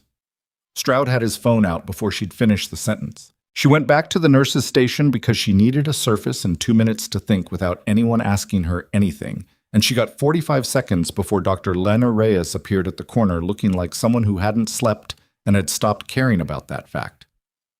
"You need to hear something," Reyes said. She looked at her. "Now?" "Now." Reyes moved to the station and pulled up something on the computer. Not the patient record system, the hospital's internal communication log, the one that tracked interdepartmental messaging. She scrolled to a thread and pointed. Claire leaned in. The thread was from 4 days ago. It was between the hospital's chief operating officer, a man named Bertrand Lyle, whom Claire had met once at a staff function and found aggressively forgettable, and an external email address that routed through a domain she didn't recognize. The content of the messages was administrative. Scheduling, room assignments, staffing configurations for the ICU. Normal enough on its surface, but in the second message from the external address, embedded in the staffing discussion was a line that wasn't about staffing. "Confirm Ashford is assigned to 7th floor rotation for the relevant dates." She stared at the line. "I found it 40 minutes ago," Reyes said. Her voice was very controlled. "I was pulling the COO's communication log because I wanted to see if there was any documented connection between Lyle and Voss around the time the general was admitted. I wasn't looking for your name. But it's there. It's there. 4 days before the general was admitted, someone outside this hospital asked the COO to confirm that you specifically were going to be on the 7th floor. Reyes paused. Lyle's response confirms it. Claire straightened up. They had arranged for her to be there. Not just anticipated her presence, arranged it, which meant they'd had enough reach inside Hargrove's administration to coordinate her shift placement around a patient who hadn't yet been admitted, which meant COO Bertrand Lyle wasn't a passive participant. He'd known enough to place her, and hadn't known enough, or hadn't cared enough, to ask what it was for. Or he'd known exactly what it was for. "Screenshot that," Claire said. "Send it to Colonel Desjardins, right now, before anyone touches that log." Reyes was already on it. Claire walked to the window at the end of the corridor and stood in the early morning light that was coming through it flat and gray and not yet warm. She put her back to the hallway and looked at the city outside. Buildings, a water tower, the corner of a parking structure. The ordinary geography of a place that was just starting its day without knowing what had happened inside this one building while it slept. She thought about Carjoon Valley. She thought about the 18 months since and the choices she'd made about how to return to a life that didn't involve that kind of work. She thought about the green notebook in her scrub's pocket and the incident form she'd filed and Delgado bleeding quietly on the floor of the server room and Brianna's wet eyes across the general's bed. And she thought about the fact that someone had looked at all of that, at her history, her instincts, her particular way of being unable to walk past a problem she could solve, and had seen not a threat but a tool. Something clarified in her, not anger, not exactly, something harder and quieter that was past anger. The specific state of a person who has identified the full scope of what they're dealing with and is no longer surprised by it. She turned around. Stroud was walking toward her with his phone in his hand, and an expression she'd learned to read in the last several hours as his version of controlled alarm. "The attorney," he said, "Morrison and Volk, the firm that filed this morning. Primary retainer holder for that filing is a holding company registered in Delaware." He looked at his phone. "The holding company has one documented client on record with the state bar." He paused. "Morn's office." She let that sit for exactly 1 second. "Then Morn filed the action against me," she said. "Not Voss." "Not Voss." Before I'd even administered the antidote, he filed it. "The timestamp on the nursing board complaint is 4:53 a.m., Stroud said. "You administered the antidote at approximately 12:18 a.m. He filed 4.5 hours later, which means he waited to see if it was necessary. He waited to see if the general survived," she said.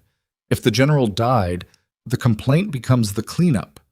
Paint me as a rogue nurse who intervened chaotically and hastened the narrative that the general's death was a result of my interference. If the general survived..." She stopped. "The complaint still neutralizes you," Stroud said. "License suspension, criminal exposure. Even if the general is alive and talking, you're discredited. Your evidence is inadmissible, and the person who saved him is the same person facing charges for doing it." She nodded once. "He had a version for both outcomes." "Yes." "He didn't account for Voss," she said. "Voss breaking, talking to me. That wasn't in his plan." "No, I don't think it was." Stroud put the phone in his pocket. "Morn is still in the administrative conference room. Desjardins has 2 people with him, but she hasn't formally detained him. She's waiting on a call from the U.S. Attorney's office before she moves." He looked at her. "That call is coming, but it needs to come before his attorney gets here, which is..." He checked his watch. 40 minutes, maybe less. She thought, "The COO, Lyle. Where is he?" "Not in the building. He's been called but hasn't responded." "He will respond when he understands the alternative to cooperating is being characterized as a co-conspirator." She looked at Stroud. "Someone needs to make that call to him. Not law enforcement. Not yet. Someone he'll listen to who can explain what's on his communication log and what it means for him personally if he's sitting on the wrong side of a federal investigation." Stroud looked at her. "Who do you have in mind?" She thought about it. "The general." Stroud was quiet for a moment. "He's 4 hours out of a near-fatal cardiac event." "I know. I'll ask him." She started moving toward room 7. "He'll say yes." He did. Without hesitation, and with an expression that suggested the question had mildly offended him, which she took as a sign that he was feeling better. She handed him her phone with Lyle's number pulled up and stepped out of the room while he made the call, partly to give him privacy and partly because she had other things to do. What she did with the next 22 minutes was document. She went to the nurse's station, and she wrote additional incident forms, a formal addendum to her earlier report, a detailed account of Voss's statement in the corridor, including direct quotes she'd committed to memory with the accuracy of someone trained to remember what people said under pressure. She wrote the sequence of the compliance log discovery and Morn's presence in the server room and Delgado's injury. She wrote the line from the COO's communication log that Reyes had found. She cited her photographs of the original medication records and logged their existence on her personal device as evidence. She wrote it all in the same flat, precise clinical language she'd used all night. And when she was done, she had 8 pages of documentation that told a coherent and specific story and was signed, dated, and witnessed by Dr. Lena Reyes, who had been standing near enough to confirm what she'd observed. At 7:04 a.m., 2 things happened within 4 minutes of each other. The first was that Miriam Voss, the attorney, not the physician, arrived on the 7th floor in a charcoal suit that suggested she had not been caught off guard by the 6 a.m. call, had already been several steps into her morning, and had spent the drive to Hargrove on a phone she'd apparently used to accomplish more than most people accomplished in an afternoon. She was somewhere in her mid-50s, compact, with reading glasses pushed to the top of her head, and a legal case that she set on the counter at the nurse's station with the authority of a person claiming territory. She looked at Claire for 5 seconds. Then she said, "The nursing board complaint is procedurally defective. The signature line is improperly attested, and the filing form used is the wrong version for an emergency suspension request. They used the standard form, not the emergency one. That buys us time." She opened the case. "The civil filing is a different matter, but the federal whistleblower statute preempts it if we file first, which I am going to do in—" She checked her watch. "Approximately 90 minutes, contingent on you signing a client agreement in the next 4 minutes." Claire signed it in 2. The second thing that happened was that Bertrand Lyle, the hospital's COO, arrived on the 7th floor 12 minutes after the general had called him, and he arrived looking like a man who had understood on the drive over that the road he was on had ended and was now making rapid calculations about what came next. He was in his early 60s, heavy in the shoulders, with the careful grooming of a person who used presentation as professional armor, and all of it was working against him this morning because the armor had gaps that were visible from across the corridor. Stroud met him at his elevator. She watched from the nurse's station as Stroud spoke to him for 2 minutes in a voice she couldn't hear. She watched Lyle's face move through several phases: defense, recalibration, something that might have been relief at being given a clear path. And then Lyle nodded twice, and Stroud walked him toward the administrative conference room where Desjardins was waiting. Morn's attorney had not yet arrived. At 7:31 a.m., she knew the time because she was looking at the clock on the wall above the nurse's station when it happened. Desjardins stepped out of the administrative conference room and made a call that lasted 45 seconds. When she ended it, she looked down the corridor, found Claire, and walked toward her with the specific pace of someone delivering information they've been waiting to deliver. U.S. Attorney's Office is formalizing the referral, she said. Lyle's given a preliminary statement that corroborates the communication log. It's enough. She paused. We're detaining Morn. Claire nodded. It's not going to be fast, Desjardins said. Federal cases aren't. He'll have attorneys, and the attorneys will have motions, and the process is going to be long and imperfect, and sometimes it's going to look like it's going sideways. She was looking at Claire steadily. I want to make sure you understand that. I understand that, Claire said. I've testified in federal proceedings before. Something moved in Desjardins' expression, a slight recalibration, the look of a person updating information. Carjoon Valley, she said. Not a question. Claire held her gaze and didn't confirm or deny, because some of that was still classified in ways that weren't hers to manage. Desjardins accepted the non-answer with the pragmatism of someone who dealt in clearance levels for a living. The evidence package you've assembled, the photographs, the incident documentation, the compliance log, is solid. Miriam Voss will know what to do with it. She paused. The nursing board complaint is going to take longer to resolve than the federal side. I want to be clear about that. Miriam mentioned it. Your license may be administratively suspended while the investigation runs. I can't prevent that through military channels. She said it without softening it. What I can do is ensure that the formal DOD record reflects what happened in that room and why. I know, Claire said. She did know. She'd known since 1 a.m. that the institutional price of what she'd done was going to be paid regardless of whether she was right. That was how these things worked. Being right didn't exempt you from the process. It just determined whether the process eventually landed somewhere that resembled justice. The difference between 12 hours ago and right now was that she could see the shape of that landing more clearly. Across the unit, the door to the administrative conference room opened, and Aldrich Morn came out of it with Desjardins' 2 MPs flanking him in the specific close positioning that was not quite physical restraint and communicated everything relevant about the distinction. He was still composed. She'd expected that, and he didn't look in her direction as they moved him toward the elevator, which she'd also expected. Men like Morn didn't give you the satisfaction of a dramatic moment. They kept everything behind glass until their attorneys told them otherwise. But just before he reached the elevator, he did look. Not at her, at the corridor. A sweep that was almost casual, taking inventory. When it passed over the nurse's station and found her standing there, it stopped for exactly 2 seconds. She looked back at him. He looked away first. The elevator opened and he stepped in with the MPs and the doors closed and he was gone from the floor. She turned back to the nurse's station. She was aware of being watched. Not by one person, by several. Brianna at the doorway of room 7. Dr. Reyes at the computer. Tomas, who'd arrived for a day shift that had already turned into something his orientation had not covered, standing with a coffee he'd forgotten to drink. The student nurse she'd seen yesterday morning pretending to look at a clipboard. She'd stayed through the night somehow, and she was standing near the supply corridor now, with her eyes very wide. Claire picked up the pen on the counter and made a note in the patient log she'd been updating. Routine. The general's most recent vitals. She wrote it the same way she'd written every set of vitals for 4 years on this floor. Clearly, specifically, in the boxes provided. At 8:15, Miriam entered with a tablet showing a filed document. Federal whistleblower protection claim. Time-stamped. Submitted to the appropriate federal court 31 minutes after she'd signed the client agreement. Claire read the first 3 paragraphs and handed it back. The state nursing board will receive a copy this morning, Miriam said.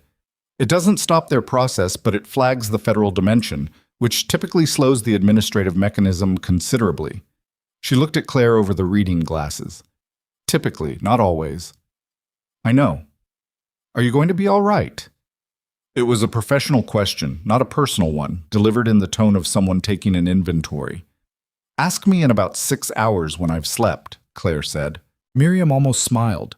I'll be in touch before then. She closed the case and was gone. The morning continued. The hospital continued. A new shift was coming on, and they were getting a 7th floor that looked nothing like the one they'd been briefed to expect, and most of them were handling it with the adaptability that medical staff developed out of necessity, processing the situation while doing the work, because the work didn't pause for the situation. At 9 a.m., she went in to check on the general. He was more present than he'd been at 5:30, sitting up properly now, a little color back, the left eye lag almost resolved. He was watching the door when she came in, which meant he'd been waiting. Lyle, she said. He talked, Holt said. He understood his options. He paused. He's not a bad man. He's a man who got paid and didn't ask enough questions. That's a choice, she said. Yes, he said. It is. He shifted. Morn's been detained? On his way to a federal facility for processing. He nodded. His jaw was tight. There are 2 more people above Morn in this chain, he said. The testimony I'm scheduled to give covers them. Now that this, he gestured at himself at the room, now that this is documented and federal, they can't pull the testimony. They can't suppress it. Can they hurt you another way? He looked at her. They can try. It was not bravado. It was just accurate. She checked his vitals. She looked at the rhythm on the monitor. More regular now, the imperfect but working pattern that she'd watched emerge at 1 in the morning and that had held through everything since. She adjusted the IV rate by a small amount and noted it in the chart. Claire, he said. She looked at him. The COO's communication log, he said. The line asking for your schedule confirmation. He paused. You understand what that means beyond the legal dimension. She did. She'd understood it since the moment Reyes had shown her the screen. Someone profiled me, she said. Specifically. They knew my background, my training, my clinical instincts. They knew I'd catch the protocol irregularity. They knew how I'd respond. She looked at the monitor. Which means someone I was with, in the 75th or in Carjun or somewhere after, gave them that profile. The general was quiet. It's a short list, she said. People who knew both my clinical skill set and my background specifically enough to predict this. I know, he said. And you already have the name. He held her gaze for a long moment.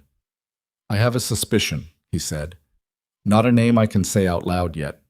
Not until the testimony. He paused. But yes. She breathed in, let it out. Tell Desjardins. Already done. This morning, while you were at the nurse's station. He held her gaze. The person I'm thinking of, if I'm right, they're one of the two above Morn, and they knew you'd be the one who'd saved me, because 17 months ago, they were in the same room when you did it the first time. She stood with that for a moment. The specific cold of it. Someone who'd been present in Carjun Valley, who'd watched her work, who had then used that knowledge to construct a trap with her hands and her instincts as the mechanism. Who else was in that room? She said. He opened his mouth. The door opened. Stroud, again. His face had the quality she'd learned to read as urgency controlled to the point of flatness. Claire, he said, I need you outside. She looked at the general. He'd closed his mouth. Whatever he'd been about to say was still there, visible in his expression, waiting. She followed Stroud into the corridor. What? She said. Miriam's federal filing, he said. The whistleblower claim. It was received by the federal court at 7:49 a.m. He paused. At 8:52 a.m., the court's receiving clerk logged a motion to dismiss it. She stared at him. That's 40 minutes ago. No attorney can file a responsive motion that fast. No, Stroud said. They can't. He looked at her. Unless the motion was already written, already prepared. He paused. And pre-positioned in the court system before the filing even happened. The implication of it settled with full weight. They had known she would file a whistleblower claim. They'd known Miriam would be her attorney. They'd prepared a motion to dismiss it in advance, which meant they had either compromised someone in Miriam Voss's office or had enough information about the general's contingency plans that they'd mapped this scenario before the night began. Who prepared the motion, she said. Yeah. Stroud looked at her steadily. It's filed under the signature of a senior partner at a Washington, D.C. firm. A man named, he checked his phone, Theodore Braille. She didn't recognize the name. Miriam does, Stroud said. I called her. She went quiet for about 5 seconds when I gave her the name, and then she said something I want to repeat to you exactly. He looked at his phone again, where he'd apparently written it down.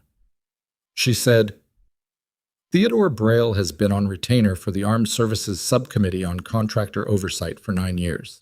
If he's filed against us, then whoever we're fighting isn't just DOD infrastructure. They're inside the committee that's supposed to be receiving Holt's testimony. The corridor was very ordinary around her. The morning sounds of the hospital, a cart rolling somewhere, the monitor alarm from room 6 that someone was silencing. They're inside the oversight committee, she said. The committee that scheduled the general's testimony, Stroud said. The committee that was supposed to expose them. He paused. Someone on that committee, or someone with access to its inner workings, has been coordinating this from the beginning. She looked at the door of room 7. Inside, the general had been about to say a name from Carjun Valley. Someone who had been in that room 17 months ago and had watched her work and had filed away the specific knowledge of what she was capable of. Someone who sat on a Senate subcommittee. She put her hand on the door. Don't tell him yet, Stroud said quietly, behind her. She paused with her hand on the door. If the name he gives you matches what we're now looking at, Stroud said, then the moment he says it, he becomes an active witness to a federal conspiracy charge that reaches into the United States Senate. And active witnesses to charges at that level, he stopped.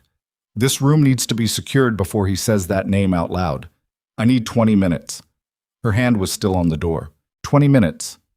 On the other side of this door was a man who'd nearly died twice, once 17 months ago and once 8 hours ago, and who was sitting up in a hospital bed waiting to finish a sentence that might, she was now understanding, be the most dangerous sentence he'd spoken in either of those 17 months. She took her hand off the door. 20 minutes, she said. Stroud was already on his radio. She walked back to the nurse's station and sat down and looked at the wall in front of her and thought about the shape of something large enough to reach from Carjoon Valley to a Senate subcommittee to a hospital room on the 7th floor of Hargrove Medical Center, and she thought about the fact that she was a nurse from the ICU who had been awake for 26 hours and whose professional license was currently under investigation. And she thought about all the ways the morning could still go wrong from here. Then her phone buzzed, a number she didn't recognize. She answered it. A voice she didn't know said, "Claire Ashford, my name is Senator Pauline Graves. I sit on the Armed Services Subcommittee on Contractor Oversight." A pause. "And I need you to listen very carefully, because what I'm about to tell you is going to determine whether Warren Holt survives the next 24 hours. And I mean that in a way that has nothing to do with his heart." She didn't move from the nurse's station. Around her, the 7th floor was doing what hospitals always did, regardless of what was happening inside them. The work continued, the charts got updated, medication got drawn and administered. A patient in 709 was asking for more ice, and none of it paused for the fact that she was sitting at a counter with a phone pressed to her ear, and the floor underneath her had just shifted in a way she hadn't finished mapping yet. "How did you get this number?" she said. "Captain Stroud's personnel file lists an emergency contact protocol," Senator Pauline Graves said. Her voice was measured, deliberate, the voice of someone who chose words the way surgeons chose instruments, for function first. "I called his commanding officer and was redirected to a number that redirected to yours. I want you to know I'm aware that's an unusual path, and I'm telling you exactly how I got here so you can verify it." Claire said nothing and let the silence ask the question. "I'm the minority ranking member on the Armed Services Subcommittee," Graves said. "Not the chair. The chair is a man named Senator Dale Pritchard, who has been on that committee for 11 years and who I have suspected for 14 months of having a financial relationship with the contractor network that General Holt's testimony is designed to expose." A pause. "Suspected. Until 40 minutes ago, I could not prove it. And now?" "Theodore Braille filed a motion against your whistleblower claim this morning. Braille has been Pritchard's personal attorney for 6 years. That relationship is not public record. It's routed through a family trust, but I have a source who documented it 8 months ago and has been waiting for the right moment." Her voice stayed level. "This is the right moment." Claire looked at the door of room 7. Through the small window in it, she could see the edge of the bed and the corner of the monitor. "You're telling me the chair of the Oversight Committee arranged to kill the general. I'm telling you Pritchard created the conditions and insulated himself from the mechanism. A beat. Morn is his instrument. Voss was Morn's instrument. The protocol came from a consulting firm that Pritchard's network controls through 3 holding companies." Another pause. "And you were supposed to be the instrument that buried it all. Your intervention, your license, your criminal exposure, that was the closing move. Discredit the witness, discredit the evidence, discredit the person who found both." "Both?" The ordinary sounds of the floor continued around her. The ice machine down the corridor, Tomas on the phone at the far end of the station. "Why are you calling me?" Claire said. "Because I've spent 14 months building a case I can't file without the general's testimony. And the general's testimony is scheduled for 9 days from now. And if Pritchard's people succeed in burying your evidence and your credibility this morning, the testimony loses its corroborating foundation before it's ever given." A pause, and for the first time, something in the senator's voice moved off its professional register. "Not much, but enough. And because what they did to you was wrong. Not just legally, wrong. And I have spent too long in rooms where people let that distinction go unacknowledged." Claire sat with that for a moment. "What do you need from me?" she said. "I need you to hold your position for the next 3 hours," Graves said. "Don't sign anything that Miriam Voss hasn't reviewed. Don't speak to anyone from the nursing board until Miriam has filed a supplemental response to the procedural defect she identified. And I need you to keep the general in that building and stable, because in approximately 2 hours, I'm going to be on a call with the U.S. Attorney's Office, the DOD Inspector General, and 2 colleagues from the Judiciary Committee who have been waiting for exactly this convergence of evidence." She paused. 3 hours, Ms. Ashford. Can you give me 3 hours?" I've been awake for 27, Claire said. 3 more isn't the problem. She ended the call and sat still for 10 seconds. Then she went to find Stroud. He was in the corridor near the stairwell, radio in hand, and she gave him the summary in under 2 minutes. Graves, Pritchard, Braille, the family trust, the 14 months of parallel documentation. She watched his face take it in with the specific economy of a person who processes information fast and shows less than they're registering. When she finished, he said, Pritchard chairs the committee that receives classified security briefings on DoD personnel with special operations backgrounds. She looked at him. Including the personnel file of former Army combat medics who served with the 75th Ranger Regiment, he said. She understood then, fully and completely, how they'd known. Not a person in that room in Carjoon Valley. A clearance level. A committee chair with access to classified personnel records who had looked at her file and built a profile from it and then decided she was precisely the tool he needed. She hadn't been betrayed by someone who knew her.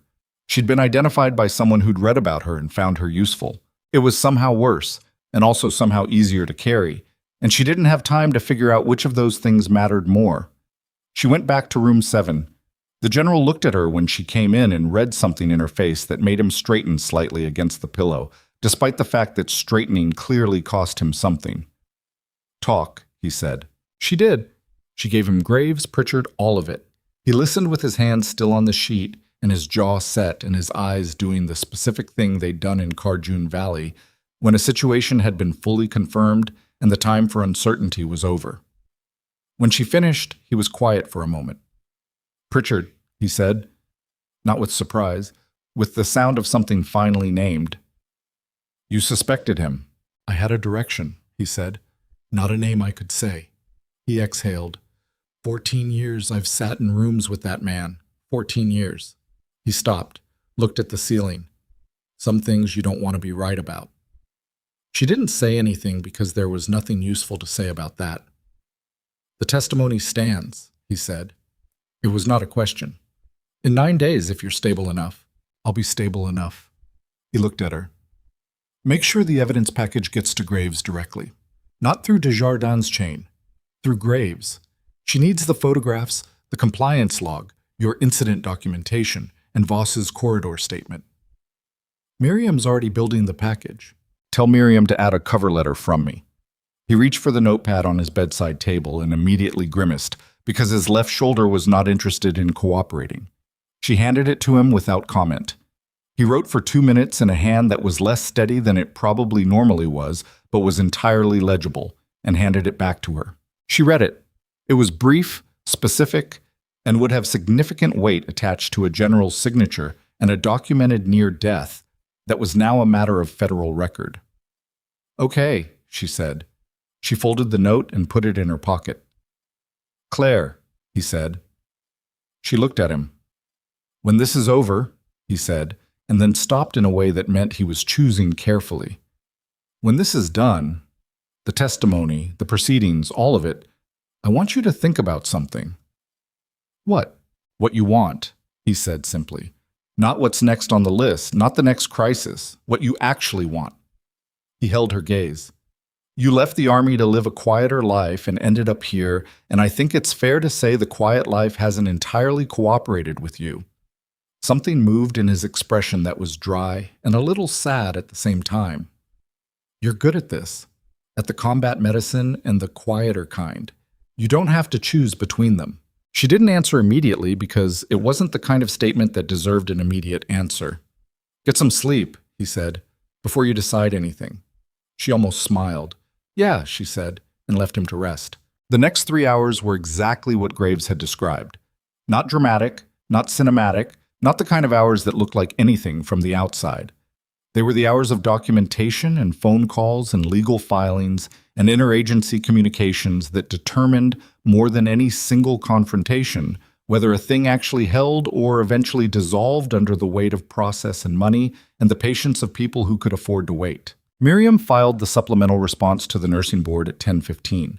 She attached Graves' preliminary affidavit, the federal whistleblower claim, and a letter from the DoD Inspector General's office confirming an active investigation, which Desjardins had pushed through in under 2 hours, which was fast enough to suggest she'd been holding the paperwork ready.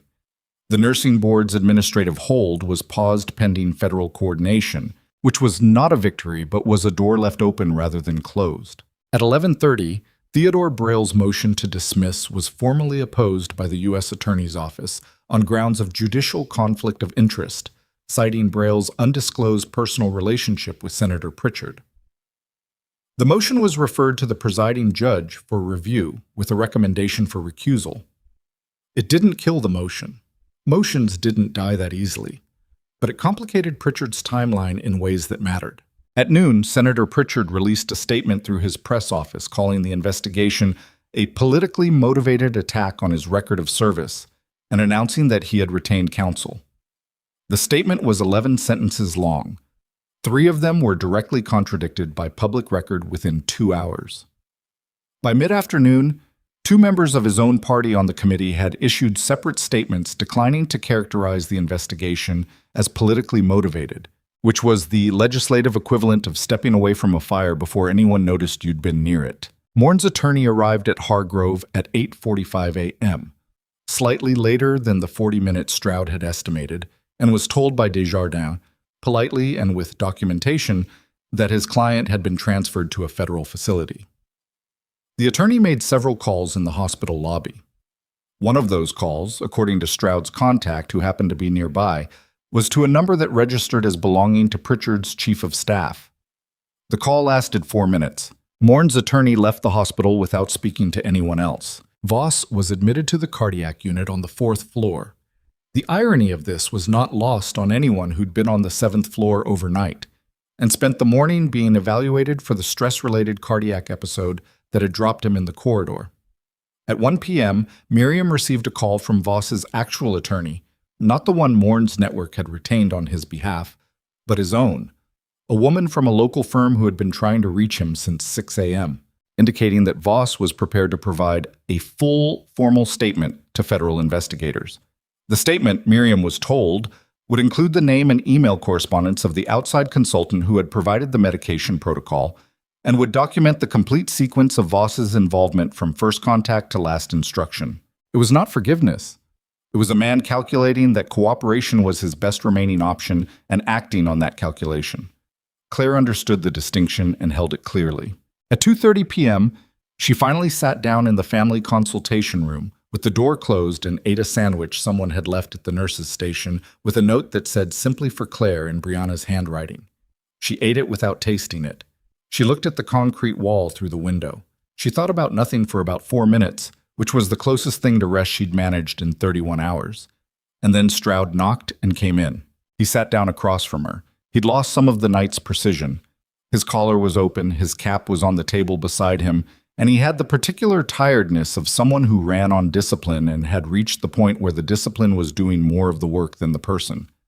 Desjardins is heading back to D.C. this evening, he said. She wants to meet with you before she goes.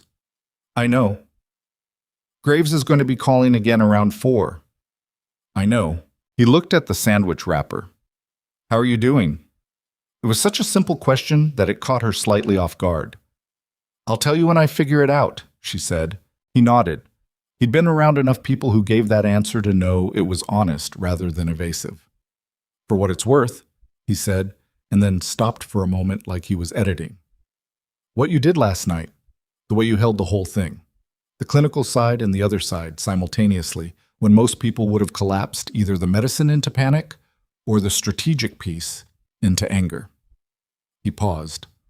I've worked with a lot of people in high-pressure situations. I don't say that lightly. She looked at him. You drove a pretty hard bargain at the elevator, she said. 8 minutes. You made it in 9. I hit traffic. Something in his face relaxed by a fraction. It was the closest either of them had come to finding anything in the night that didn't have weight attached to it, and they both recognized it and let it sit there for a moment without making anything more of it. Then she stood up. Because there was still more to do and the day wasn't finished, and her body was going to have to manage on the sandwich and whatever was available from the vending machine for a few more hours. She met with Desjardins at 3:15 in the same family consultation room, and the conversation was professional and complete and covered the evidence package, the federal timeline, the expected sequence of proceedings, and what Claire's specific role as a witness would require. Desjardins was thorough and without sentiment and told her 3 things twice to make sure they landed: that the process would be long, that it would require her to remain available and cooperative, and that the DoD's formal record would reflect what had occurred in Room 7 without distortion. At the end of the meeting, Desjardins paused with her hand on the door. "I've read your service record," she said. Claire waited. "The part that isn't classified is already impressive," Desjardins said. "I imagine the rest is proportionally consistent." She opened the door. "Take care of yourself, Ashford. People with your particular skill set have a way of running themselves into the ground on the next problem before they've finished with the current one." Then she was gone. The rest of the afternoon moved in a lower register. The floor settled. The general slept, which his body needed more than anything Claire or anyone else could give him. Brianna went home at the end of her double and stopped at the nursing station on her way out, and stood beside Claire for a moment without saying anything, and then put her hand on Claire's arm briefly and left. It communicated everything that would have taken several sentences to say less accurately. At 4:45 p.m., Director Priscilla Hunt from Human Resources appeared on the 7th floor. She was dressed the same as she'd been the previous afternoon. Same folder, same expression of careful professional neutrality. But something in the way she moved had changed. She was a person navigating a situation that had become significantly larger than the one she'd managed yesterday, and she knew it. She found Claire at the nurse's station. "I want you to know," Hunt said, "that the complaint filed this morning was filed without my knowledge or approval. My signature was on the document, but I did not sign that document." She held Claire's gaze. "I've submitted a formal retraction to the nursing board and a separate statement to the federal investigation confirming the circumstances." Claire looked at her. "Who signed it?" "Someone who had access to my signature file," Hunt said. "The investigation will determine the specifics." She paused. "I want to be clear that I am cooperating fully." "I know," Claire said. Because she'd assumed this, not Hunt specifically, but someone like Hunt, someone in a middle position who'd been used without full knowledge and was now making rapid decisions about which side of the line to stand on. "Thank you for telling me directly." Hunt nodded once, tight, and left. At 6 p.m., 36 hours after Claire had arrived on the 7th floor for what should have been a routine day shift, she was finally told by the incoming charge nurse that she could go home. She was technically still on modified duty status. That wouldn't resolve tonight. But there was no clinical reason for her to remain, and the incoming staff had been fully briefed, and the general was stable, and there was nothing left that required her specifically to be standing on this floor. She stood at the nurse's station and looked at the corridor for a moment. The evening shift was settling in. The unit had returned to its ordinary rhythms: vital checks, medication rounds, the particular quiet of an ICU at change of shift when the intensity hasn't arrived yet for the night. Room 7's door was closed. The MPs were gone. It looked like an ordinary room at the end of an ordinary hallway. She picked up her bag. She stopped at room 7 on the way out. She pushed the door open enough to look in without waking him if he was asleep. He wasn't. He was looking at the window, watching the evening light change against the building across the way, and he turned his head when she appeared in the doorway. "Going home?" he said. "Yeah." He looked at her for a moment. There was something in his face that had been there since 5:30 in the morning and that she hadn't quite let herself look at directly until now. Not gratitude exactly, because gratitude was too small a word for it, and he wasn't a man who defaulted to small words. It was something more like recognition. The acknowledgement of a person who has been seen accurately by another person, which was rarer than it should have been and mattered more than most people said out loud. 9 days, he said. 9 days, she said. Be ready. Always, he paused. Claire, sleep. Working on it, she said, and let the door close. She took the stairs down and came out through the staff exit into the parking structure, and the evening air was different from the morning air. Warmer, slightly, the day having built to something before starting its release. She stood outside the door for a moment before walking to her car. The charges against her were not resolved. The nursing board process was paused, not dismissed. The federal proceedings were beginning, not complete. Pritchard had lawyers and money and 11 years of political fortification, and Morn had clearances and contacts that didn't disappear because he'd been detained. And the thing about powerful people with sophisticated networks was that they didn't simply collapse. They retreated, regrouped, filed motions, managed narratives, and waited for the attention to move elsewhere. She knew all of that. She held all of that clearly. She also held this. In the tertiary compliance log that Delgado had exported, every medication change Voss had entered into the general's chart was time-stamped and attributed and preserved in a form that hadn't been touched by anyone with a deletion credential. In her phone were 12 photographs of the original protocol, taken before any restriction had been issued, clean and admissible. In the federal court filing were Graves' affidavit, the Inspector General's confirmation, and a letter signed by a general who had survived the night to sign it. In a formal statement being drafted right now in a cardiac unit 2 floors below were the specific details of how the protocol had reached Marshal Voss and from whom. And somewhere in a secure federal facility, Aldrich Morn was beginning to understand that the strategy he'd built, the one that used her own hands as its instrument, had given those same hands everything they needed to dismantle it. She walked to her car. She put the bag in the back. She sat in the driver's seat for a moment before starting the engine. She thought about what the general had said. What you want, not what's next. What you actually want. She didn't have an answer yet.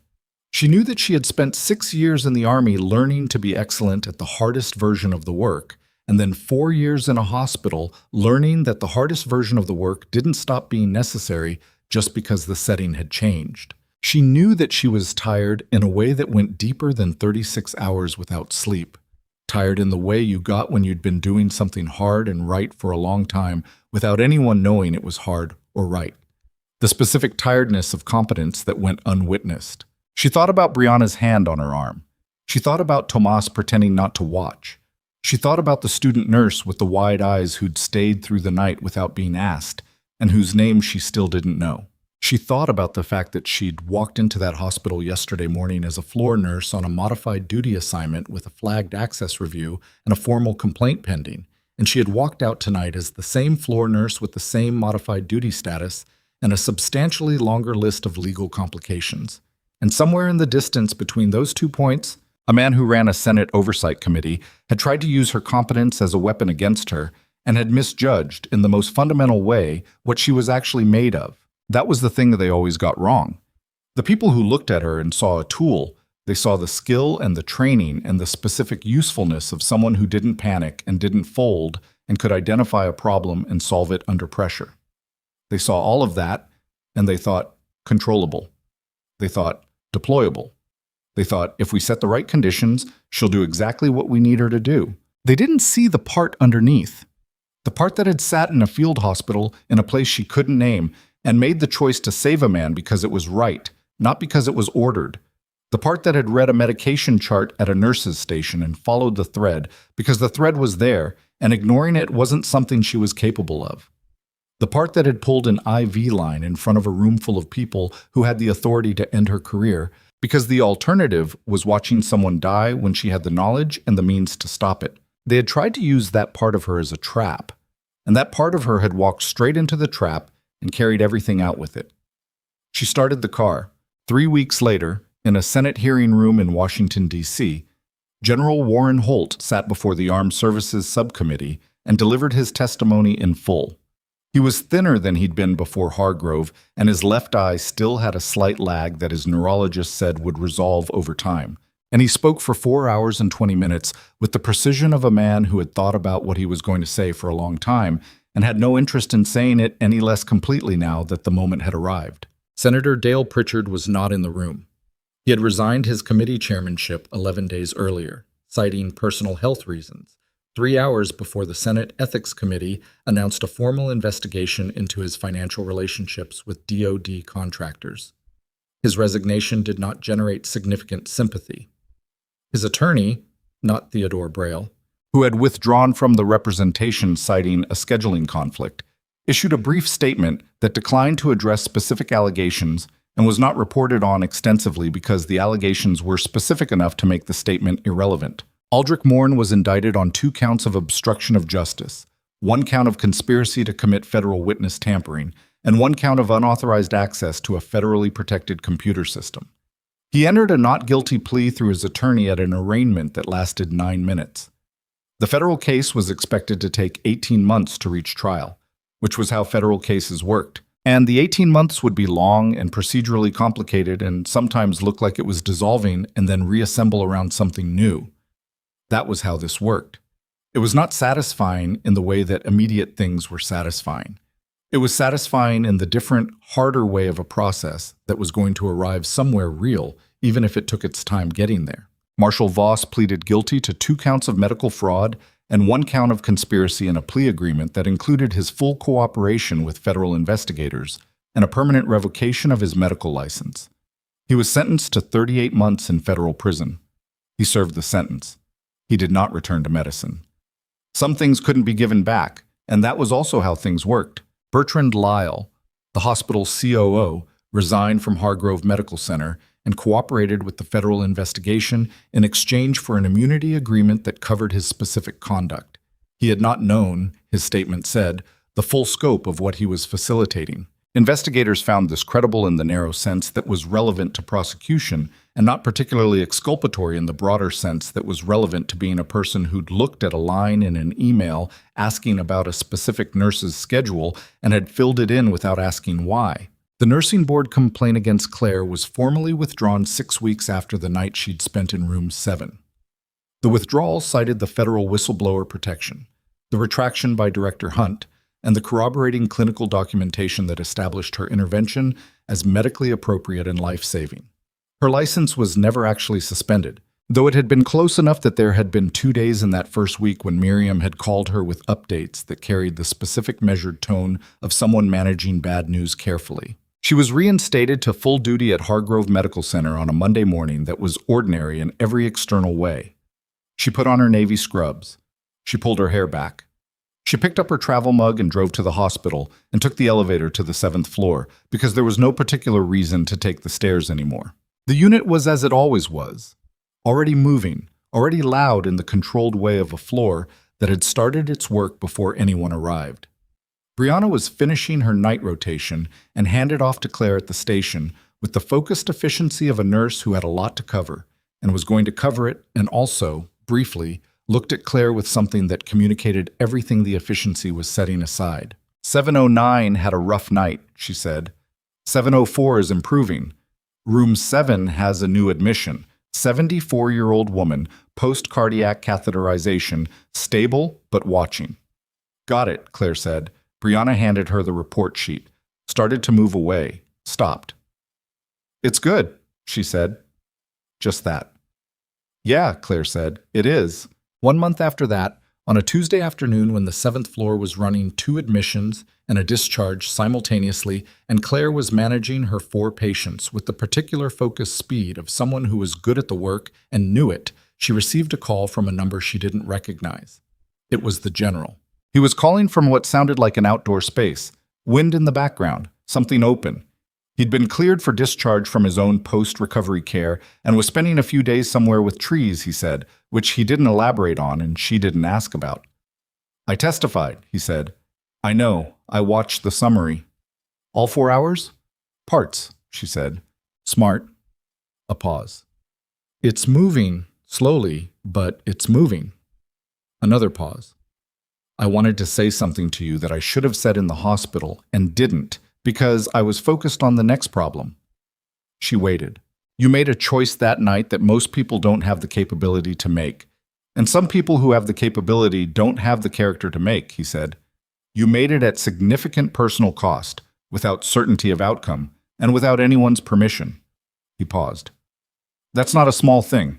I know it doesn't always feel like it gets treated as the size it actually is. She was standing at the window at the end of the corridor, the same window where she'd stood the morning after, watching the city start its day. The city looked the same as it always had. It got treated right in the end, she said. It did, he said, eventually. The word carried an acknowledgement of the gap between the two, between the right thing and the eventual. The gap is the thing I want people to understand, what it costs to hold your position in that gap. She thought about the green notebook in her pocket. She thought about the 40 minutes she'd spent writing documentation at a nursing station while the hospital tried to build a case against her. She thought about the sandwich with no name on the note, just for Claire, and what it meant that someone had known she was there and needed it, and hadn't made it into anything more than a sandwich. "Some days, the gap is the whole job," she said. "Yes," he said. "It is." A pause. "Think about what you want, Claire. I meant that." "I know you did." "Something's going to come across your desk in the next few weeks," he said. "A proposal from Desjardins' office. Civilian contractor role, Department of Defense, medical advisory capacity for special operations units. It's not a return to active service. It's something else." He paused. "I'm not telling you to take it. I'm telling you it's coming." She looked at the window, at the buildings and the water tower and the edge of the parking structure and the ordinary geography of her ordinary day. "Okay," she said. "Get back to your patients," he said. "Already going," she said, and she was. She walked back to the station and picked up the chart for the new admission in room 7 and read it the way she read every chart, completely, carefully, with the part of her mind that was always looking for the thing that didn't align, the number that sat slightly wrong, the pattern that needed a second look. Not because she expected to find anything, because that was the work. Because the work was what happened when you stayed in the room even when the room was the hardest place to be, and you trusted that what you knew how to do was worth knowing how to do, and you didn't wait for someone to tell you that before you did it. The monitor in room 7 was showing clean vitals. The new patient, 74, post-catheterization, name was Dolores Fink, was awake and watching the door when Claire came in, and she had the sharp, assessing look of a woman who had been in enough hospitals to know that the quality of the nurse mattered more than most things in a room like this one. She looked at Claire's badge, then at Claire's face. "You the day nurse?" she said. "I am," Claire said, and pulled up the chair beside the bed. There are people who protect the powerful, and there are people who protect the powerless, and rarely do those categories overlap with the people who get celebrated for doing it. The ones who move quietly, who read the chart that no one assigned to them, who pull the line when pulling it costs them everything, who write the documentation at 3 a.m. in a hospital that is actively trying to build a case against them. Those people do not typically make the news. They do not typically receive the recognition before the work is done and the cost is already paid. They hold their position in the gap between the right thing and the eventual, and they hold it without guarantee. And they hold it because the alternative is a world where only the people who can afford not to pay the cost are willing to do the work. Claire Ashford was one of those people. She had always been one of those people. In a field hospital whose name couldn't be spoken, and in a corridor outside room 7, and at a nurse's station in the gray hours before dawn. She had not changed when someone tried to use that against her. She had not waited for permission to be what she was. She checked Dolores Fink's pressure, noted it in the chart, and asked her how she was feeling. And Dolores Fink, who had the eyes of someone who recognized a certain quality of attention when she encountered it, said, "Better now."